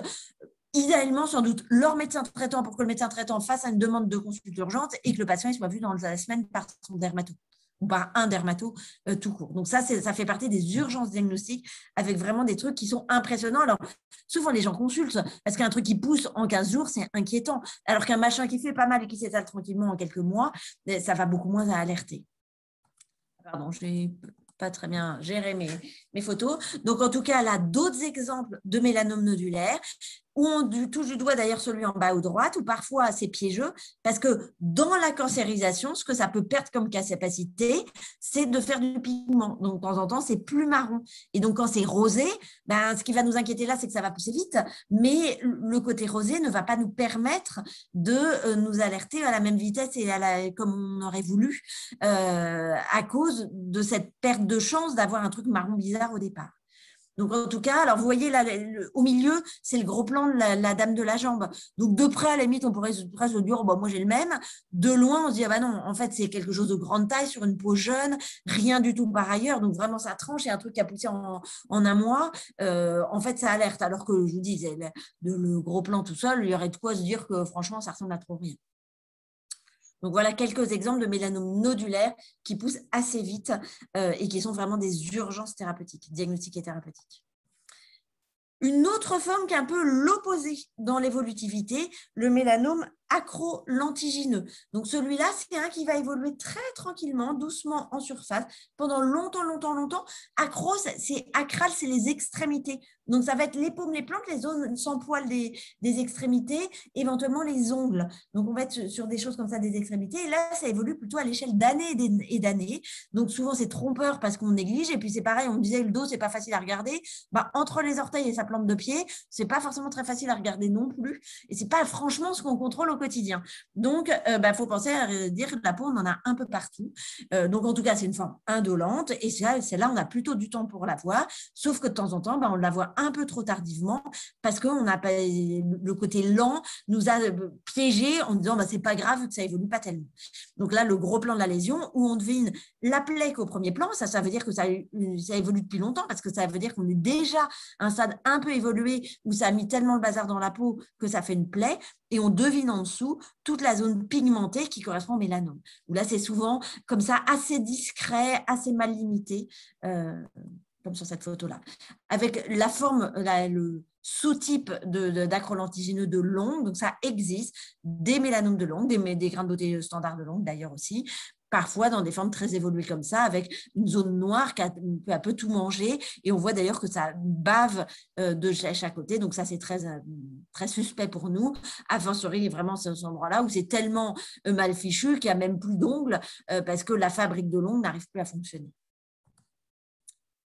L'autre type de mélanome très tranquille comme ça avec le temps, c'est le mélanome de Dubreuil. C'est un mélanome de la personne âgée qui est là pour une fois plutôt le cumul de soleil sur la vie, alors que sinon, c'était plutôt les coups de soleil. Et ça va faire des taches marron plus ou moins impressionnantes, plus ou moins évoluées, qui viennent tranquillement au fil du temps. Donc là, c'est pareil, vu qu'on est plutôt sur l'âge ou le grand âge d'un truc qui fait pas mal et qui évolue tranquillement, le piège, c'est de ne pas se rendre compte, de ne pas réaliser qu'il se passe quelque chose. Donc à gauche, on voit surtout le côté asymétrique, alors que même pas si majeur que ça, un petit peu par là, par exemple, quand même, et par là, des bords pas très bien limités, une couleur inhomogène, une frange grande taille, quelque chose qui a évolué en quelques années. À droite, et ben, comme toujours, si on laisse traîner, ça finit par faire une tumeur saillante. Dans les raretés, ça existe aussi sur les muqueuses. Donc là, vous voyez une vulve et une bouche. Donc ça, souvent, il y a du retard diagnostique parce que c'est bien plus difficile de s'en rendre compte. Et on voit plutôt quand ça fait une plaie qui saignote. Donc, c'est souvent des mélanomes plus compliqués à diagnostiquer. Ça reste beaucoup, beaucoup, beaucoup plus rare que les mélanomes de la peau. Et donc, l'ennui du mélanome, c'est que parfois, ça peut être agressif. Donc, vu précocement, la survie à 5 ans de tous les mélanomes, tout compris, c'est plus de 96%. Donc, ça veut dire qu'il y a beaucoup, beaucoup, beaucoup de gens qui ne mourront pas de leur mélanome. N'empêche que, il y a quand même quelques-uns qui vont mal évoluer. C'est pour ça qu'on est dans des prises en charge beaucoup plus, j'allais dire, agressives, en tout cas, voilà, beaucoup plus sportives et une surveillance plus rapprochée aussi, pour ce risque de métastase loco-régionale, donc sur la peau, les ganglions du coin, voire à distance, d'autant plus qu'on a un mélanome épais, donc soit parce qu'il y a du temps qui est passé, soit parce qu'il était agressif intrinsèquement. Donc, dans les 3 cancers qu'on vient de voir, c'est celui qui a le plus de potentiel à distance. Et donc, ça se traite vraiment le primitif par opérer et parfois faire la technique du ganglion sentinelle dans certaines circonstances, comme dans le cancer du sein, c'est-à-dire on envoie un traceur et on enlève le ganglion qui surveille la zone, pas parce qu'il a une sale tête, mais parce que c'est le premier relais et on analyse sous le microscope à la fois le ganglion premier relais et à la fois la peau. Et puis, si on a une atteinte déjà d'un ganglion physique, c'est-à-dire qu'on palpe et on sent le ganglion, eh ben, on va enlever cette zone de ganglion, ça s'appelle un curage, et on va faire des traitements préventifs. Et au-delà de ça, je vous ai mis juste une diapo sur le mélanome métastatique avec, avant, il y a quelques années, juste la chimiothérapie qu'on avait à disposition, où on avait quand même des traitements qui avaient des limites. Alors, il y avait des gens chez qui ça marchait très bien, mais globalement, on avait à peu près une personne sur 10 qui tirait un bénéfice de sa chimio et une survie globale, c'est-à-dire le nombre, une survie globale médiane, je n'ai pas écrit, mais c'est-à-dire la moitié des patients métastatiques étaient décédés à 6 mois. Donc là, on est bien dans les métastatiques, parce que dans les primitifs, on n'est pas du tout ça. C'est l'immense majorité qui sera vivant à 1 an. Là, on parle bien des formes métastatiques à distance inopérables. Donc, on avait longtemps des limites avec peu de réponses et du coup, un pronostic sombre. Et depuis 2011, on a eu 2 grandes nouvelles voies, des thérapies ciblées, donc qu'est-ce qui court-circuite dans la cellule et qui l'aide à proliférer, ou de l'immunothérapie qu'on a déjà abordée, où là, on a considérablement augmenté la survie. Donc, c'est pareil, c'est la médiane. Ça veut dire qu'aussi, il y a des gens à 5, 6, 7, 8 ans qui vont toujours très, très bien, qui est maintenant plutôt à 2, 4 ans contre 6 mois avant. Et suivant les molécules, entre 1 tiers et 2 tiers des patients qui vont y répondre contre 10%. Donc, il y a eu vraiment une évolution considérable des possibilités thérapeutiques dans le mélanome. Voilà, donc en tout cas, sur le côté mélanome, est-ce que ça vous ouvre des questions avant que j'ai juste la conclusion? Moi, j'aurais une question par rapport au mélanome. Oui. Aujourd'hui, quand un dermato repère un mélanome, oui. On a dit qu'on faisait une exérèse. Et oui. Après l'exérèse, si on voit que du coup... que c'est un mélanome. Oui. Après, est-ce qu'il y a un traitement derrière ou on laisse comme ça? Alors, en fait, ça dépend complètement. Ce qui se passe, en effet, vous avez raison de prendre dans l'ordre, c'est que souvent, le dermatologue ou autre repère un truc marron bizarre et on le fait opérer. Et donc, la première question, c'est est-ce que c'est vraiment du mélanome ou est-ce que c'est une lésion bénigne pigmentée? Donc, première chose, on fait opérer, on regarde. Si c'est vraiment un mélanome, on se base sur son épaisseur en millimètres sous le microscope qui s'appelle l'indice de Breslow. Et en fait, selon les catégories d'indices, de Breslow. Ça peut aller j'enlève juste une mini tranche de 5 mm, enfin je fais une petite tranche de sécurité de 5 mm autour, point. Je fais une tranche de 2 cm de sécurité autour, plus je fais le ganglion sentinelle, et s'il est atteint, je fais un traitement préventif médicamenteux pendant 1 an. Donc en fait, c'est complètement variable en fonction du degré de risque du mélanome en question. Donc on ne peut pas répondre au mélanome en général, ça dépend de l'indice de Breslow en particulier, où il y a toujours une marge de sécurité à reprendre autour. Donc, il y a toujours une petite languette de peau plus ou moins large, plus ou moins ganglion sentinelle, plus ou moins traitement préventif, suivant ce que donnent les différentes étapes. Ouais, donc, en fait, on a un traitement préventif selon l'indice de Breslow. Actuellement, c'est seulement si on a une atteinte à distance, donc soit une petite métastase dans la peau autour, ou un ganglion atteint, que ça soit le ganglion sentinelle, donc celui qui avait une bonne tête et on s'aperçoit sous le microscope qu'en fait il avait un petit début d'atteinte, ou un ganglion qu'on avait palpé parce qu'on avait bien vu qu'il y avait un ganglion gros malade. Mais en tout cas, actuellement, le traitement préventif médicamenteux ne se fait pas au stade de primitif pur, mais seulement en cas d'atteinte de métastase dans la peau ou dans le ganglion ou à distance ou ailleurs. Mais sinon, au jour d'aujourd'hui, c'est à l'état de recherche clinique, mais il n'y a pas de preuve que sur un mélanome standard avec un ganglion sentinelle pas malade, quel que soit le Breslow, le traitement préventif ait un intérêt. Parce qu'en fait, en 2013, on parlait du mélanome dans le dos. Donc moi, à 33 ans, on m'a vu un mélanome dans le dos. Donc voilà, moi-même, je ne pouvais pas le voir. Donc on me l'a retiré. Il n'était pas bon. Donc on a gratté. Ils ont bien gratté. Oui. Et suite, bref, 5 ans après, on m'a dit, enfin, on a vérifié pendant 5 ans donc tous mes grains de beauté tout le temps, voilà, juste des grains de beauté, pas plus d'examen. Et puis voilà, merci, au revoir, tout va bien, c'est fini. Donc moi très contente, très heureuse. Et puis 6 mois après, j'ai eu quelques soucis, enfin voilà, heureusement on va dire de constipation. Et j'ai eu d'autres examens, enfin j'ai eu des examens suite à ça. Et puis en fait, finalement, j'avais des métastases au poumon, au foie, et finalement, mon mélanome s'était transformé un petit peu plus. C'est pour ça que je demande comment ça se fait que, encore aujourd'hui, quand on fait une exérèse, enfin, qu'on enlève et que l'indice de Breslow, enfin, qu'on ne fait pas quand même un traitement. Un mini-traitement, enfin, je ne sais pas. Enfin, en fait, parce qu'il faut vérifier si ça fonctionne. Et par exemple, à l'époque, là, les nouvelles voies, c'est plutôt 2011, mais au stade métastatique, au stade préventif, c'est plus récent. Mais à l'époque, il y avait eu les chimios, par exemple, qu'on a vu, qui avaient été essayés en préventif, et les études avaient montré que ça ne fonctionnait pas. Donc, il y avait aussi de l'interféron dans certains cas qui était donné. Mais finalement, les résultats c'était la seule chose qu'on avait. Donc, on le faisait parfois en préventif juste sur des mélanomes primitifs. Mais depuis, c'est même plus commercialisé parce que les bénéfices étaient vraiment ultra minimes. Donc, en fait, la problématique, c'est pas parce qu'on a un besoin qu'on a une solution en face pour autant. Et donc, les nouveaux traitements qui ont été développés, ils ont d'abord été développés au stade métastatique sur des gens qui avaient de la maladie en place, parce que là, c'est plus facile de voir rapidement si ça marche, si ça ne marche pas. Et que dans le mélanome, il y a eu des tas de traitements qui ont été essayés et qui ne fonctionnaient pas. Donc, il avait fallu vraiment beaucoup persévérer pour trouver des choses qui marchaient. Dans un second temps, ça a été du coup testé en préventif après les ganglions et des choses comme ça. Et pour l'instant, il y a des essais sur des gros indices de Breslow, même sans sentinelle atteint, pour voir si dès ce stade-là, ça fonctionnerait. Mais en fait, le corps humain il est assez complexe, et donc des choses qui marchent à un moment sur des cellules très bruyantes, en fait, très mal polies, qui servent de partout, qui font du bruit, qui font du tapage, elles sont faciles à découvrir et les médicaments peuvent marcher bien plus facilement que des cellules tout bien polies, tout bien planquées au fin fond d'un truc où finalement le médicament ne va pas nécessairement les dépister, et que le comportement de cellules au repos indétectable par rapport aux cellules bruyantes actives n'est pas le même, et donc un traitement qui fonctionne à un stade ne fonctionne pas forcément à un autre stade. Donc évidemment que votre question elle est judicieuse. Vous dites ça sera peut-être mieux de bloquer plus tôt. Non, je comprends bien, comme les thérapies c'est logique, ne fonctionnent pas sur tout le monde. Non, mais je comprends bien, mais voilà, c'était ma question, de savoir oui, non, mais c'est une question logique, mais c'est pas depuis, parce que...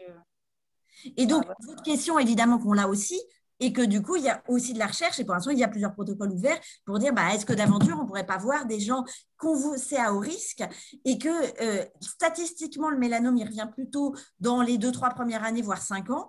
Donc, les recommandations sont après ne pas faire de suivi plus que ça parce qu'en fait, faire par exemple des scanners tout le temps, à tout le monde, déjà, matériellement, ce n'est pas possible. Il n'y a pas les moyens de matériaux en France. Ça serait hors de prix, ça serait irradiant. Donc, en fait, on est toujours dans le compromis d'essayer de se donner le plus de chances de voir les choses si jamais elles passaient, mais aussi ne pas faire des trollées d'examens inutiles à tout le monde tout le temps pour quelque chose qui ne donne presque rien. Donc, on fait les examens quand on pense qu'il y a une chance suffisante d'y trouver quelque chose. Si on voulait s'extraire de ça, à la limite, il faudrait faire un scanner à tout le monde tous les mois, mais on aurait des conséquences catastrophiques sur la santé, ça ne serait pas bon du tout.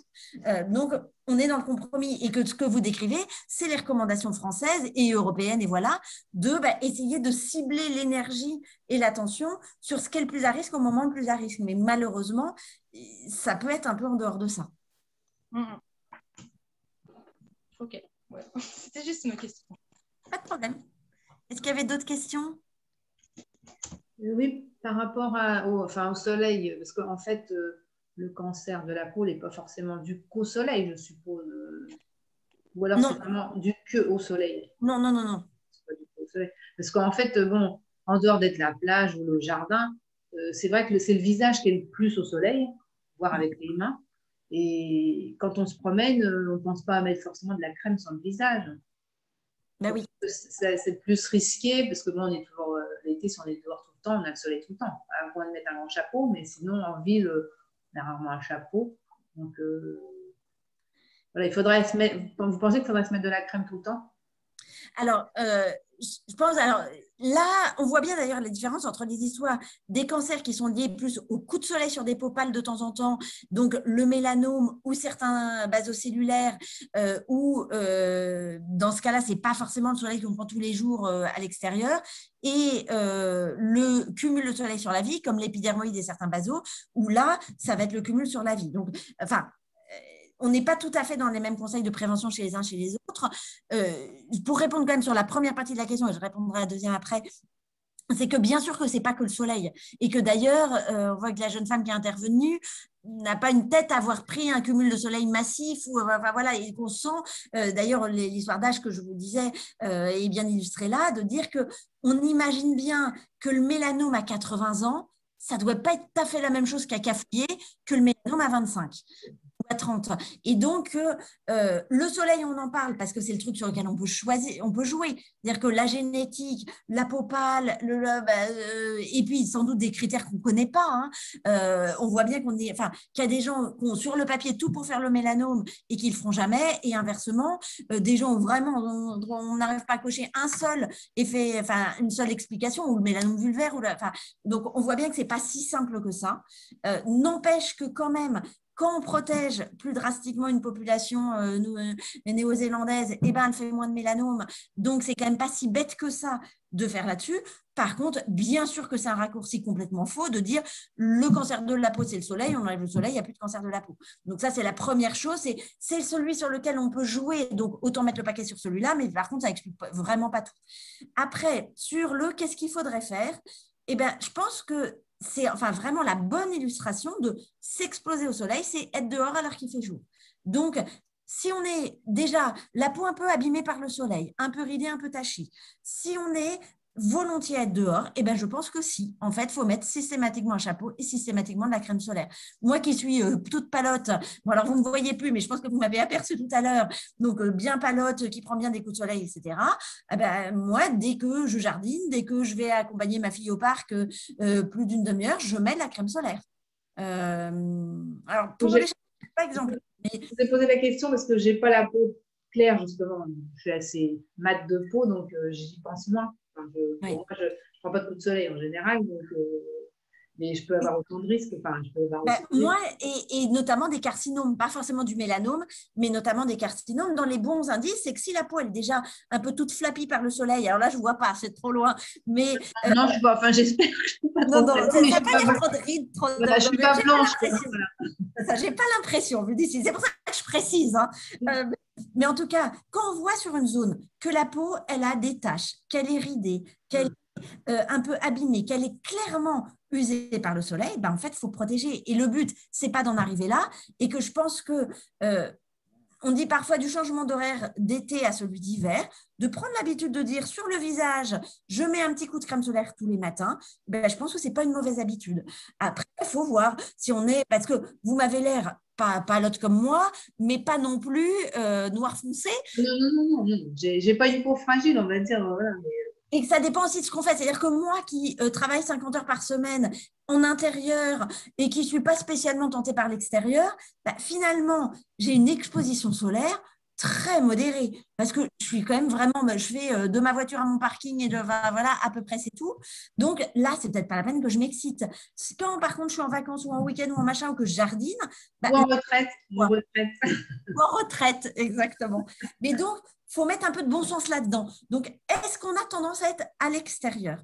Si on a tendance à être à l'extérieur, moi, je pense que ça ne mange pas de pain et que ça vaut le coup de mettre au moins le matin un coup de crème solaire sur ce qui déborde, en fait. Ça servira ou ça ne servira pas, ce n'est pas très grave. Si on est volontiers à papoter, à sortir dehors, à marcher, à randonner, à faire du vélo, à faire voilà, un peu toutes les choses qui vont être sympas, eh ben, en extérieur, ça peut valoir le coup d'avoir cette bonne habitude-là. Ça décalera le moment où déjà on aura des rides et un côté inesthétique de la face et ça limitera le risque des carcinomes de cumul de soleil. D'accord. Ben, merci. Je vous en prie. Et je vois l'heure qui tourne et j'aurais envie de proposer qu'on prenne une dernière question si on a une dernière et peut-être qu'on continue parce qu'on a une petite partie aussi sur les actions de prévention pour pouvoir continuer le webinaire. Oui, j'aurais une question. Oui. J'aurais une question, s'il vous plaît. Alors, ce sera la dernière question, du coup. Vas-y, Marguerite. Oui, si l'exérèse n'est pas suffisante, c'est-à-dire que vous disiez que ça dépendait aussi de l'épaisseur du mélanome, et si l'exérèse n'est pas suffisante, est-ce qu'il n'y a pas possibilité de dissémination des cellules vers d'autres organes? Est-ce que ça ne métastase pas rapidement?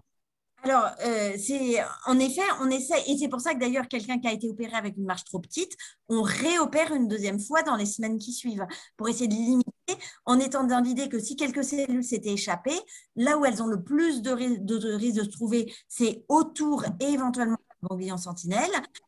Et c'est pour ça qu'on va plutôt réopérer ça au départ et l'analyser. Pas réopérer juste pour le réopérer, mais réopérer pour l'analyser.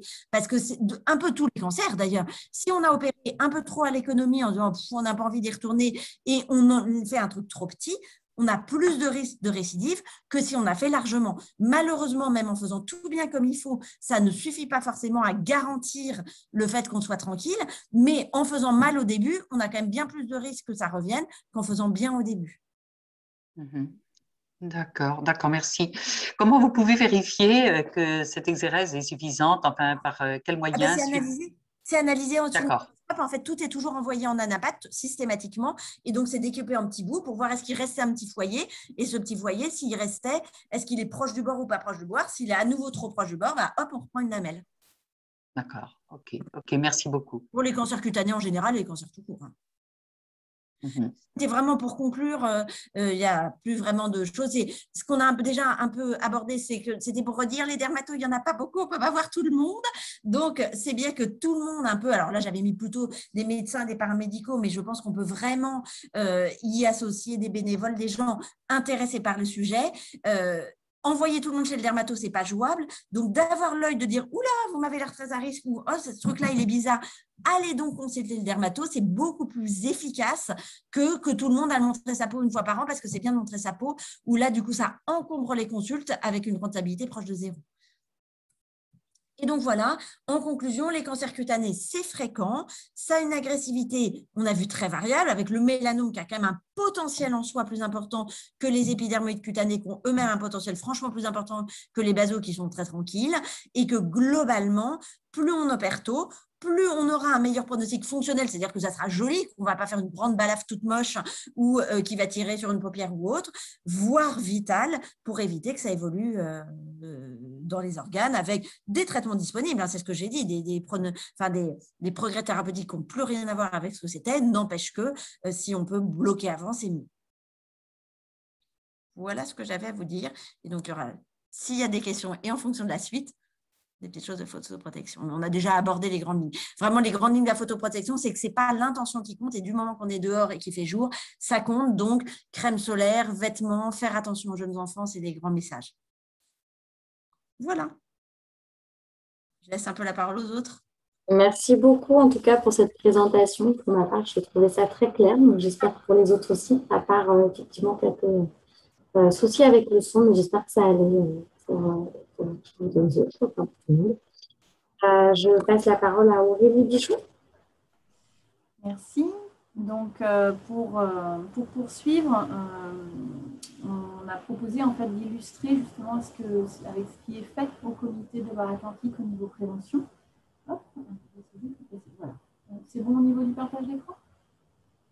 Alors, donc, en Loire-Atlantique, ça c'est un petit schéma juste pour resituer un petit peu par rapport aux facteurs de risque. On parlait donc effectivement des rayonnements en fait UV.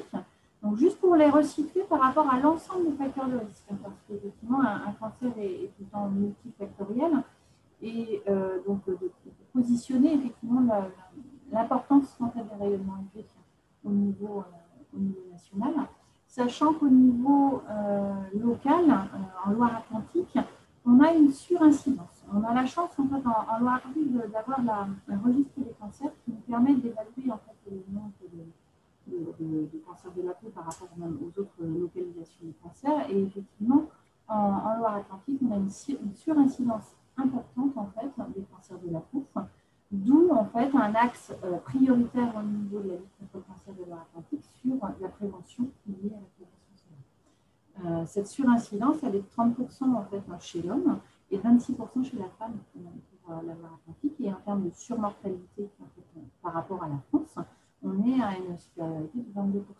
Donc ces chiffres montrent, que ce soit homme-femme, on voyait tout à l'heure un petit peu l'impact, et l'évolution en fait depuis les années 80, comme a pu le dire le docteur juste précédemment. Donc ces chiffres-là nous montrent en fait, nous positionnent en fait sur des axes forts à développer en termes de prévention. Donc, en termes de prévention, eh bien, les messages ils sont là, en fait. On en a parlé, on a parlé de la crème solaire en fait, tout à l'heure, et effectivement, pour juste en complément de ce qui a pu être dit, la crème solaire est un des éléments de la protection solaire, à savoir effectivement que on conseille plutôt un indice 50 ou au moins un indice 30 en fait, parce que entre l'indice évalué par les laboratoires, c'est-à-dire qu'avec une certaine dose de crème en fait, qui a été exposée sur la peau, et ce que l'on fait réellement dans notre pratique avec un renouvellement qui n'est pas toujours en fait, aussi important que ce qu'il devrait, on sait bien que la qualité en fait, de la protection sera moindre par rapport à ce qui est techniquement prouvé par la protection en, fait, en laboratoire. Donc, alors Aurélie, oui, pardon. Excuse-moi, on a le problème du souffle. Et du coup, il y a Madame Antignac qui nous dit le son n'est pas très bon. Alors là, quand tu as forcé un peu sur ta voix, tu devais plus près du micro. Alors, je vais forcer sur la voix et je vais me rapprocher de l'écran, j'espère. En fait, et effectivement, j'ai déjà eu ce souci, malheureusement, et c'est une vraie problématique. Donc, je vais essayer de forcer un peu sur la voix. Vous dites si c'est un peu mieux. Donc, on disait j'exprimais que au niveau de la crème solaire, en fait, c'est un des éléments de la prévention solaire, mais ce n'est pas le seul. Donc, avec une recommandation à renouveler régulièrement et avec un indice en fait, supérieur à 30, voire même idéalement en fait, un indice de 50+, ce que l'on recommande en fait, pour les enfants. Et moi, ce que je vous conseille, c'est de prendre le même type pour toute la famille, quel que soit en fait, le type. Le conseil aussi que l'on rappelle fortement, c'est l'heure en fait, d'ensoleillement, parce que les UV, par définition, ne dégagent pas de chaleur. Et ça, c'est ce qui va être un petit peu le piège, et ce qui est très trompeur. C'est-à-dire qu'entre 12h et 16h, dans notre région, en fait, justement de la Loire-Atlantique, où on a vu qu'on avait une surincidence et une surmortalité par le mélanome, on est dans une région où on a une brise naturelle, voire même du vent. Voilà, on a une météo en tout cas qui ne nous donne pas l'impression de chaleur forte comme on va avoir dans le midi. Et du coup, effectivement, sur notre comportement, on va s'exposer de manière beaucoup plus spontanée entre 12h et 16h, les heures où les UV sont beaucoup plus intenses. Mais les UV ne dégageant pas de chaleur, on va vraiment effectivement avoir cette difficulté de perception. Donc 12h, 16h, c'est vraiment les heures où il va falloir être beaucoup plus vigilant et quitte à repousser un petit peu notre sortie en dehors de ces heures les plus dangereuses au niveau de l'exposition solaire. Le conseil aussi complémentaire, on parlait tout à l'heure de chapeau, chapeau qui était en témoignage, le côté lunettes, le côté vestimentaire, voilà, t-shirt, lunettes, chapeau, ça va vraiment être le conseil que l'on propose, et quel que soit l'âge. Et puis, en particularité, dans nos conseils de prévention, on va s'intéresser aux peaux les plus fragiles, c'est-à-dire les peaux de nos jeunes enfants, et du coup de la prévention au plus jeune âge, sachant que l'exposition solaire, et il n'y a pas que sur la plage, je rejoins ce qui a été dit juste avant, on est vraiment sur une exposition avant 3 ans qui n'est pas nécessaire et voire même en fait dangereuse. On voit bien que l'exposition solaire, on va grignoter, si je puis dire, notre capital solaire, on parle toujours de capital solaire, et effectivement, quand on grignote ce capital solaire, parce que notre peau, avant l'adolescence, elle va être beaucoup plus fragile. Donc, le public cible, vous l'aurez compris au niveau de nos actions, ça va être vraiment, en fait, les jeunes enfants, même s'il faut se protéger à tout prix. Donc, dans nos actions, ce que je vous ai mis, en fait, en avant, il va y avoir, en fait, des mesures à la fois sur l'individuel, c'est-à-dire rappeler l'importance de ces mesures de protection que l'on peut choisir, en fait, de prendre en compte individuellement, mais on agit aussi sur le côté collectif. Et quand je dis agir collectivement, ça va être lors de nos partenariats avec les municipalités, c'est-à-dire qu'on va former les agents municipaux qui eux-mêmes sont en contact en fait tout au long de l'année avec les enfants. Dans le sens où un éducateur en fait sportif, un animateur de centre de loisirs, si lui-même est convaincu et a le bon comportement, il est le reflet en fait vis-à-vis d'enfants qui vont aussi en fait prendre en main, en fait, adopter un bon comportement face à ce modèle, en tout cas, d'animateur. Dans nos actions, on travaille toujours avec les municipalités sur la mise en place aussi des espaces ombragés. Comme vous l'avez vu, de 12h à 16h, c'est vraiment la tranche horaire la plus dangereuse au niveau de l'exposition UV.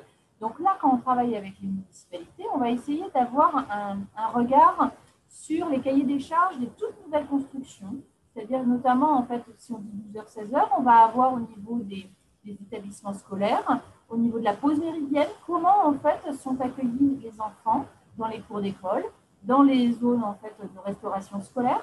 Est-ce qu'il y a suffisamment d'espaces ombragés? Et ça, effectivement, les communes ne pensent pas de prime abord. Donc, nous, on a ce rôle, en fait, de rappeler, en fait, cette vigilance en fait, de zones ombragées dans les cahiers des charges de toute nouvelle construction au niveau donc, des actions collectives vis-à-vis des enfants. On prête également du matériel pédagogique parce que quand on forme des agents municipaux en centre de loisirs, on a aussi des outils pédagogiques et nos bénévoles en fait ici présents les connaissent. On intervient d'ailleurs en mesure de prévention auprès de certains groupes, mais on prête aussi du matériel aux animateurs formés au message de prévention. Donc là, au niveau de nos actions, là, c'est des images en fait, voilà, toujours très joyeuses et très ensoleillées, évidemment. Voilà, ce sont des enfants en fait qui ont pu participer à certaines animations, notamment un jeu de loi ou un jeu d'habillage en fait de petites poupées de personnages, pour justement les sensibiliser à ce qu'il va falloir choisir pour se protéger au niveau donc, du côté vestimentaire. Et puis, ce soleil, est-ce qu'il y a en fait des horaires à respecter pour se donner le plus de chances possible pour se protéger du soleil. Donc ça, ces actions, on les fait, comme on l'a dit, évidemment sur le bord de mer, puisqu'on est un département du bord de mer, mais pas que. C'est-à-dire qu'on parlait aussi des événements sportifs, et le sportif ne va pas forcément penser à la protection solaire. Donc nous, on veut sensibiliser aussi le milieu sportif, et aussi donc, tout ce qui va être parc, ou zone en fait, de balade en fait, familiale, parce qu'effectivement, la plage est très associée à la protection solaire, mais il n'y a pas que ce lieu où il faut être vigilant vis-à-vis du soleil. Moi, j'ai une question, Aurélie. On voyait sur les photos que c'était des enfants, je dirais, entre guillemets, doués de raison, qui sont encore qui sont un peu grands, à qui on peut expliquer les choses. Sur des plus petits enfants, par exemple, en dessous de 3 ans, qui systématiquement enlèvent chapeau et lunettes de soleil, est-ce que vous avez des conseils pour les mamans dépassées? Je citerai personne. Je comprends. Alors là, sur la photo à gauche, on voit que ce sont des enfants plus petits. Et là, c'est un jeu il n'y a pas de lecture, il n'y a pas de compréhension. On est vraiment, quand je parlais de poupées, parce qu'il existe aussi des poupées, en fait, vraiment des poupées de chiffon, que l'on va habiller avec un chapeau, avec des lunettes. Là, c'est un petit jeu, en fait, plastifié. Il y a un petit jeu, en fait, de scratch, où on va vraiment positionner les lunettes, la casquette, le t-shirt. Et c'est vrai que sur nos animations, en fait, il y a encore quelques temps, en fait, on offrait après, en fait, aux enfants une casquette, des lunettes. On avait également, en fait, un bracelet UV, c'est-à-dire un bracelet détecteur UV qui va se colorer en présence du soleil. Donc là, on voit donc, cette petite fille, en fait, elle l'a à son poignet. Et ça, c'est assez magique parce que là, on a un élément capteur qui va se colorer en violet en présence du soleil. Et là, même là, en l'occurrence sur la plage, quand il y a des nuages, ça se révèle quand même la présence du UV. Et là, pour les enfants, c'est très bluffant comme expérience. Et on leur propose en fait de faire l'expérience en mettant un petit peu de crème dessus, justement, pour voir ce que ça donne. Effectivement, le bracelet qui a reçu de la crème ne va pas se colorer. Le bracelet qui n'en a pas eu va se colorer. Donc, c'est vraiment par l'expérience et le jeu, le côté ludique que l'on intervient.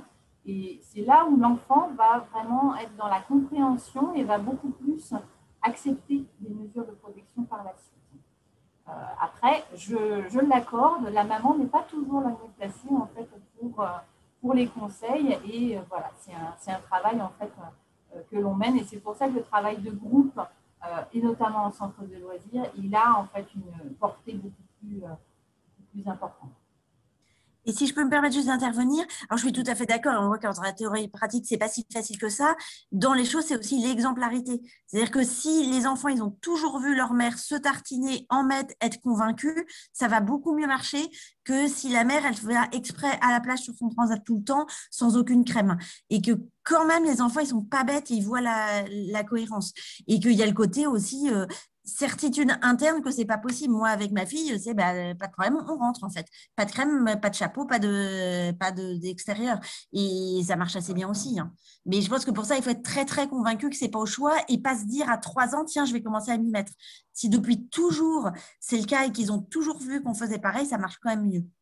C'est ça. C'est vraiment l'idée de la règle en fait qui est instaurée. Et alors, je vous rejoins, mais alors à 100% sur l'exemplarité. Et c'est pour cette raison qu'on forme aussi les animateurs, alors que ce soit animateurs sportifs, parce que le prof de surf en fait qui va effectivement mettre de la crème avant en fait d'aller pratiquer en fait son sport, il aura un impact beaucoup plus fort encore. Enfin, je pense notamment aux adolescents où là il y a un âge en fait on est un peu dans la rébellion et donc on forme vraiment les animateurs pour qu'ils aient en fait cette capacité à transmettre et à inculquer en fait un comportement en fait qui est bénéfique.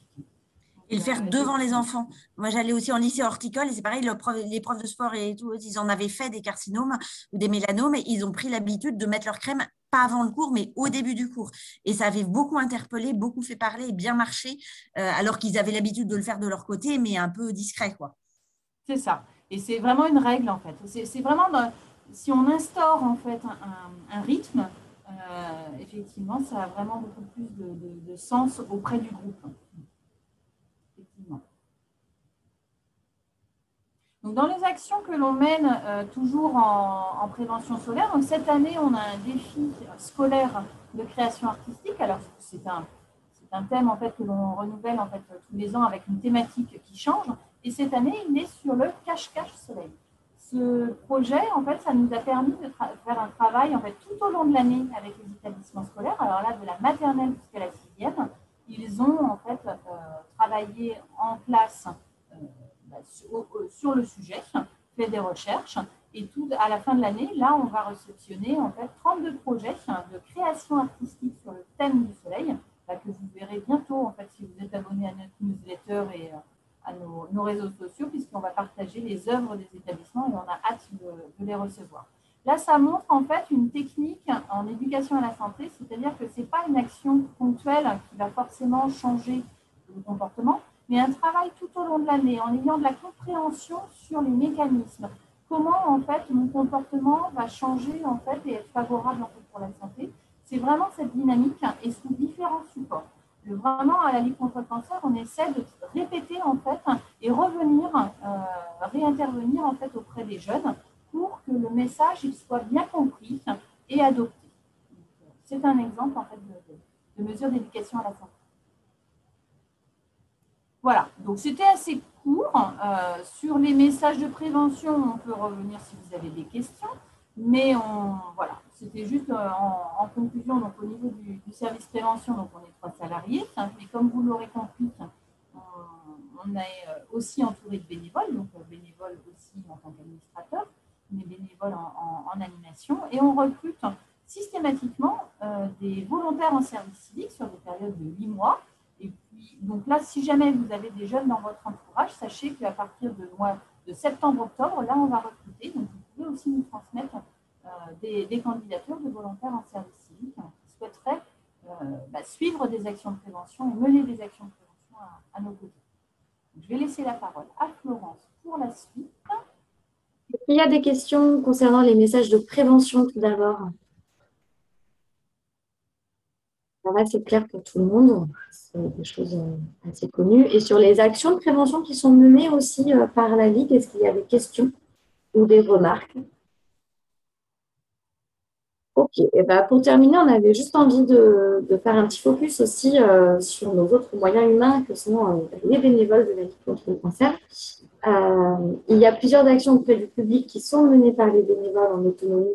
Alors d'abord sur le thème de la prévention soleil, donc les stands de prévention solaire dont Aurélie a parlé, sur les plages, mais aussi dans des parcs et jardins ou lors d'événements sportifs par exemple. Il peut y avoir des animations auprès de groupes d'enfants. Et puis, une chose qui a été fort utile pour nous cette année, c'était le suivi administratif du défi scolaire de création artistique, qui était donc sur le thème du soleil. L'année prochaine, ce sera sur le thème de l'alimentation et on continuera à avoir des besoins pour le suivi administratif de ce défi. Donc ça, c'est les actions sur lesquelles on peut s'engager si on a envie de s'engager particulièrement sur la prévention soleil auprès du service prévention ici. Et sinon, le bénévolat en prévention, c'est d'autres thèmes aussi. L'un des thèmes majeurs, c'est le tabac, avec la mise en place des espaces sans tabac et de sensibilisation lors des ouvertures de ces espaces sans tabac qui sont mis en place avec des municipalités. Donc, j'en dis pas plus aujourd'hui, d'autant que le webinaire de juin, il est sur le thème du tabac. Donc, rendez-vous en juin. Alors, on fait des sensibilisations dans les collèges aussi sur le thème du tabac, auprès des 6e et des 5e, l'objectif étant d'agir avant l'entrée au tabagisme des jeunes. Animation du groupe d'entraide à l'arrêt du tabac. Et on peut aussi s'engager, si on n'a pas forcément envie d'aller auprès du public, mais qu'on a une fibre un peu artistique, de créativité, on peut aussi venir aider le service à mettre en place des outils. Comme vous l'avez vu peut-être un petit peu plus tôt, typiquement sur l'exemple de petits outils avec des scratchs plastifiés. En fait, on utilise des outils comme des médias pour rentrer en discussion avec les personnes, puisque dire les messages de prévention, ça ne suffit pas de le dire pour que ça fonctionne. Il faut que les personnes puissent agir et être un peu actrices de ces messages. Donc voilà ce que je peux dire à ce niveau-là. On a de nombreuses actions à venir, c'est un peu le quart d'heure pub, sur la presqu'île et avec la ville de Nantes. Donc voilà, avec la mise en place d'espaces sans tabac, les centres de prévention solaire, la sensibilisation dans les collèges. Donc si vous avez envie, voilà, si ça vous a donné super envie de vous investir parce que c'est hyper important, n'hésitez pas à me contacter et puis je vous donnerai d'un service de prévention. Environ 40 bénévoles sur tout le département qui sont investis sur les actions de prévention, donc à la fois c'est beaucoup. Et en même temps, vous voyez, on a encore des besoins. Donc n'hésitez pas à nous recontacter si vous le désirez. Et puis sinon, pas de souci. Merci déjà pour votre présence ce soir et vos questions et votre intérêt. Je suis désolée parce que je crois que le son a été un peu compliqué tout du long, en tout cas pour certains. Donc, merci d'avoir tendu l'oreille. Et si vous avez encore quelques questions, je peux encore en prendre quelques-unes pour terminer. Oui, moi j'aurais aimé savoir, j'ai entendu dire que l'huile végétale de pépins de framboise avait un indice plus de 30. Est-ce que c'est vrai parmi les médecins qui sont parmi nous? Est-ce que c'est vrai? Est-ce que ça peut remplacer une crème solaire ou pas? Alors, j'en ai strictement jamais entendu parler. Ce qui est très compliqué, c'est qu'il y a une demande énorme de solutions dites naturelles pour trouver des alternatives. Je pense que la crème solaire se doit d'être efficace et qu'une crème solaire qui n'est pas efficace, c'est un gros problème. À chaque fois que les associations de consommateurs se mettent sur le sujet, testent in vitro, en vrai, ce que ça donne, on voit que les crèmes, qu'il y en a toute une série qui sont en difficulté, notamment dans les crèmes bio. Il y a souvent beaucoup de dégâts et de choses peu efficaces. Et on parlait de 50 tout à l'heure. Je pense qu'en effet, il faut une crème efficace et que la chimie, je voyais des conseils sur les meilleures crêpes, alors chocolat, bon, non, je pense que ce n'est pas votre question, mais c'est leur dire pas. La chimie est souvent assez décriée. Alors, je vous rappelle qu'on est de l'eau, que la chimie, c'est ce ça nous constitue, et que les grands laboratoires de crème qui sont peut-être pas ceux à qui on a envie de donner des sous, n'empêchent qu'ils ont des moyens de tests pour à la fois développer des choses efficaces, bien tolérées. Maintenant, il y a beaucoup d'efforts aussi sur les coraux, sur la nature, sur la biodégradabilité. Et donc, moi, j'avoue que, en tout cas, on ne peut pas dire que tout ce qui n'est pas des grands groupes est mal, mais je pense que tant qu'on est dans des gammes, alors il y en a plein, hein, Aven, Bioderma, Aderma, Uriage, La Roche-Posay, Eucérine, j'en oublie forcément, on est sur des trucs qui sont d'une qualité cosmétique de bonne qualité, surtout que les UV, c'est tellement toxique et ça détruit tellement les choses. D'ailleurs, il y avait une pub à un moment avec, quand on voit ce que le soleil fait sur cette affiche, on imagine bien ce qu'elle doit pouvoir faire sur votre peau. Ça détruit, donc ça détruit aussi les filtres. Et par exemple, les UVB, c'est finalement assez facile à arrêter, mais les UVA, c'est beaucoup plus compliqué. Et donc, avoir un bon filtre UVA qui tienne dans le temps, qui ne perde pas la sueur, qui ne s'abîme pas en s'oxydant, c'est compliqué. Et d'ailleurs, le tube de crème il y a 2 ans, il est à jeter. En fait, c'est des produits très subtils qui se dégradent et qui sont vraiment complexes à fabriquer. Et je pense qu'à moins d'être très allergique, il ne faut pas être sur du purement minéral. C'est beaucoup moins efficace. Ce n'est pas très bon en UVA. Et il faut des vraies bonnes crèmes solaires, 50, dont la texture à choisir en fonction de ce qu'on apprécie, mais qu'il faut faire attention à la qualité. D'accord, merci beaucoup. C'est vraiment un point en complément. On parle toujours de l'indice de protection, en fait. Hein, et c'est vrai qu'il y a beaucoup de médias et d'idées reçues en fait, qui vont être véhiculées à cette période-ci de l'année. Et malheureusement, effectivement, rester effectivement sur l'indice de protection en fait, en 50+, en fait, qui est recommandé, c'est le gage d'efficacité. Théoriquement, je vois la question, là, on est censé jeter un tube de crème solaire qui est ouvert depuis plus d'1 an parce qu'il s'abîme et du coup, les filtres, ils sont dégradés. Et dans les fausses idées, d'ailleurs, je rebondis sur tout ce qui est préparation au soleil. En plus, il y avait une question, je me rappelle maintenant, que vous aviez envoyée en amont. Le bronzage, ça protège des coups de soleil, mais ça ne protège pas des UVA. Et les UVA, ils donnent autant des cancers de la peau que les UVB. Les UVB, voilà, ça s'arrête un peu facilement avec les nuages, avec les vitres, avec le bronzage, avec plein de choses. Les UVA, non. Et donc, ce n'est pas parce qu'on est bronzé qu'on est protégé. Donc, ce n'est pas logique d'utiliser un indice plus faible en fin d'été qu'en début d'été, parce que on va d'ailleurs, les gens qui sont bronzés tout le temps, genre les agriculteurs ou les marins, ils devraient avoir une peau de bébé en fin de vie si le bronzage protégé. Or, ils ont une peau vieillie très prématurément et ils sont des super clients fidèles de nos cabinets de dermato. Donc, ça montre bien que le bronzage ne protège pas et donc, il n'est pas question d'aller, par exemple, faire des UV chez une esthéticienne pour préparer sa peau au soleil parce que déjà, c'est des UV pour rien. en amont, c'est des cancérogènes, c'est payé pour aller faire du cancérigène. On le fait bien assez avec le tabac et l'alcool, c'est pas la peine d'en rajouter.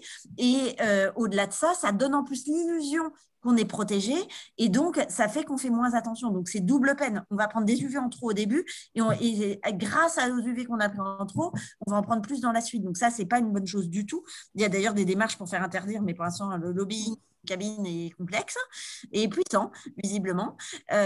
Donc voilà, ça c'est vraiment pas une bonne idée. Et il y a des compléments alimentaires aussi à base notamment de carotène, en gros, qui donnent la peau un peu plus foncée quoi, en mettant. Ça c'est pareil, ça va protéger de certaines allergies solaires, par exemple comme les lucites, mais par contre, ça va pas du tout protéger ni du vieillissement cutané, ni des cancers cutanés. Moi, j'aurais une autre question, ça serait sur les crèmes, sur les indices. En fait, par exemple, moi, je prends 50 plus pour mon petit aussi et pour mon grand qui est ado et qui a un petit peu de mal, en fait, parce qu'on était tous à 30 avant d'avoir mon mélanome. Et c'est vrai que 50, bah, entre guillemets, lui, il bronze un peu moins vite qu'avant. Et quand j'ai acheté du 50 plus pour tout le monde, bah, il n'était pas très content. Donc, l'année dernière, je lui ai racheté du 30. Alors, est-ce que c'est bien? C'est pas bien? Voilà, Je pense que déjà, il faut bien mieux du 30 mis que du 50 pas mis. Faut être pragmatique dans la protection. Et que déjà du 30, c'est pas mal. En effet, on bronze moins. Il faut se rappeler que le bronzage, c'est une réaction de l'organisme à l'agression des UV pour essayer de ne pas trop s'abîmer. Donc, malheureusement, on est dans une société où il y a une mode et quelque chose de très valorisant du fait d'être bronzé. Mais il faut se rappeler que voilà, c'est pas idéal. Bon, après, on voit bien qu'en effet, c'est pas si simple que ça de convaincre un ado et il faut être un peu pratique, on ne peut pas mener tous les combats. Et une fois encore, s'il a l'habitude de mettre du 30, c'est bien mieux qu'une tube de 50 qui va lui sortir par les yeux et qu'il ne l'utilisera jamais. De la façon, il faut mieux un chapeau qu'une casquette parce que ça va protéger oreilles et nuque. Il faut mieux une casquette qu'on porte qu'un chapeau qu'on ne porte pas. Donc, faut toujours être dans le… Et moi, souvent, je donne les conseils de photoprotection et je dis aux gens, essayez de réfléchir ce qui vous semble faisable ou pas de mettre en place. Et finalement, les deux petites choses qu'on va réussir à mettre en place, c'est déjà super. Et c'est bien mieux que le plus que parfait qu'on va tenir 24 heures et qu'on va lâcher aussi sec. Moi, je dis, c'est souvent comme un régime. Perdre 10 kilos en arrêtant de manger pendant 15 jours, tout le monde est capable de le faire, mais ça ne sert à rien. On sait bien qu'à terme, on fera le même poids ou pire. Donc, il faut mieux faire du un peu moins bien qu'on tient dans le temps que du super trop bien qu'on tiendra qu'une semaine. Ça va nous dégoûter et dire qu'on avait bien raison de ne pas faire. Et l'adolescence, c'est l'âge un petit peu difficile, effectivement, sur toutes ces protections. Très souvent, on se dit peut-être lui faire choisir, en fait, aller choisir. Parce qu'au niveau des crèmes, il y a quand même beaucoup de textures qui ont évolué ces dernières années. Et c'est vrai que le côté tout blanc, en fait, n'existe pratiquement plus. En fait. Enfin, je veux dire, il y a une amélioration quand même au niveau des différentes textures. Donc oui, peut-être l'accompagner en fait pour acheter et qu'il choisisse sa propre crème, comme en fait les lunettes, c'est pareil, pour qu'elle puisse être portée. Le faire en élément de mode en fait aussi, pour qu'elle soit il y ait une adhésion en fait sur le choix en fait des accessoires. Je pense qu'en 50 en crème, je dois me tromper à chaque fois en fait, parce que à chaque fois, même moi, à chaque fois, par exemple le petit tube, parce qu'on parlait justement de sortir. Moi, je sais que dès le matin, de toute façon, moi, je n'ai pas le choix. Je me mets ma crème indice sur le visage parce que même s'il n'y a pas de soleil, le soleil, il passe à travers les nuages. Donc, du coup, moi, ma crème, elle est celle que j'ai achetée la dernière. Je ne sais plus c'est quelle marque. Je ne sais plus si c'est Aven ou je ne sais pas. Elle est toute blanche. Donc, souvent, c'est les crèmes minérales qui sont toutes blanches. Donc, en fait, il faut prendre des pas minérales. Oui. Bon, je vais essayer de ne pas me faire avoir. C'est des crèmes minérales qui sont très blanches. Et je voyais à un moment une question huile ou etc. À la limite, la texture, c'est pareil, c'est celle qu'on va appliquer qu'il faut choisir. Et quitte à demander aux pharmaciens, ils ont souvent des petites dosettes individuelles, là, des petits machins de quelques millilitres, qui donnent et qu'on teste. Parce qu'il y a quand même des trucs très fluides et faciles à mettre. Il y a des… Oui, mais par contre, c'est les minérales qui sont une vraie galère. Ouais, j'ai noté. Les minérales, c'est blanc, c'est galère à étaler, c'est moche. Elles sont un peu asséchantes en plus, il me semble, pour les minérales. Puis on l'abandonnera. Donc au final, il n'y a pas de bénéfice. La fréquence, il faut le mettre. Pardon. La fréquence, c'est toutes les 2 heures, toutes les heures, c'est combien? Au niveau de la Normalement, en crème. fait, la recommandation, c'est toutes les 2 heures après, et après chaque baignade, si jamais on parle de la plage. D'accord. Donc ça, c'est la théorie. C'est ce qui est logique quand on est en effet à la plage, au ski, en randonnée en haute montagne. Je trouve que au quotidien, toutes les 2 heures, c'est pas tenable. C'est par exemple, si on dit on va en mettre le matin, ben, on va pas en remettre à 8, à 10, à 12, à 14, à 16 et à 18. Donc, quand on est sur une grosse exposition, parce qu'on voit bien que on est dehors et qu'il fait jour de façon prolongée, ben, ça vaut le coup d'en remettre théoriquement toutes les 2 heures, au moins toutes les 3-4 heures. Quand c'est juste qu'on se prenait un peu, on va jardiner une demi-heure, on revient, etc. Déjà, le matin et un coup, idéalement le midi, c'est déjà super bien. Et comme on l'a souligné, hein, c'est un complémentaire en fait du chapeau. Enfin, effectivement, le côté avoir des bords au niveau du château, alors sans tomber forcément en fait avec le sombrero en fait tout l'été, mais c'est en luminosité, ça va jouer aussi. Et les lunettes et le vêtement.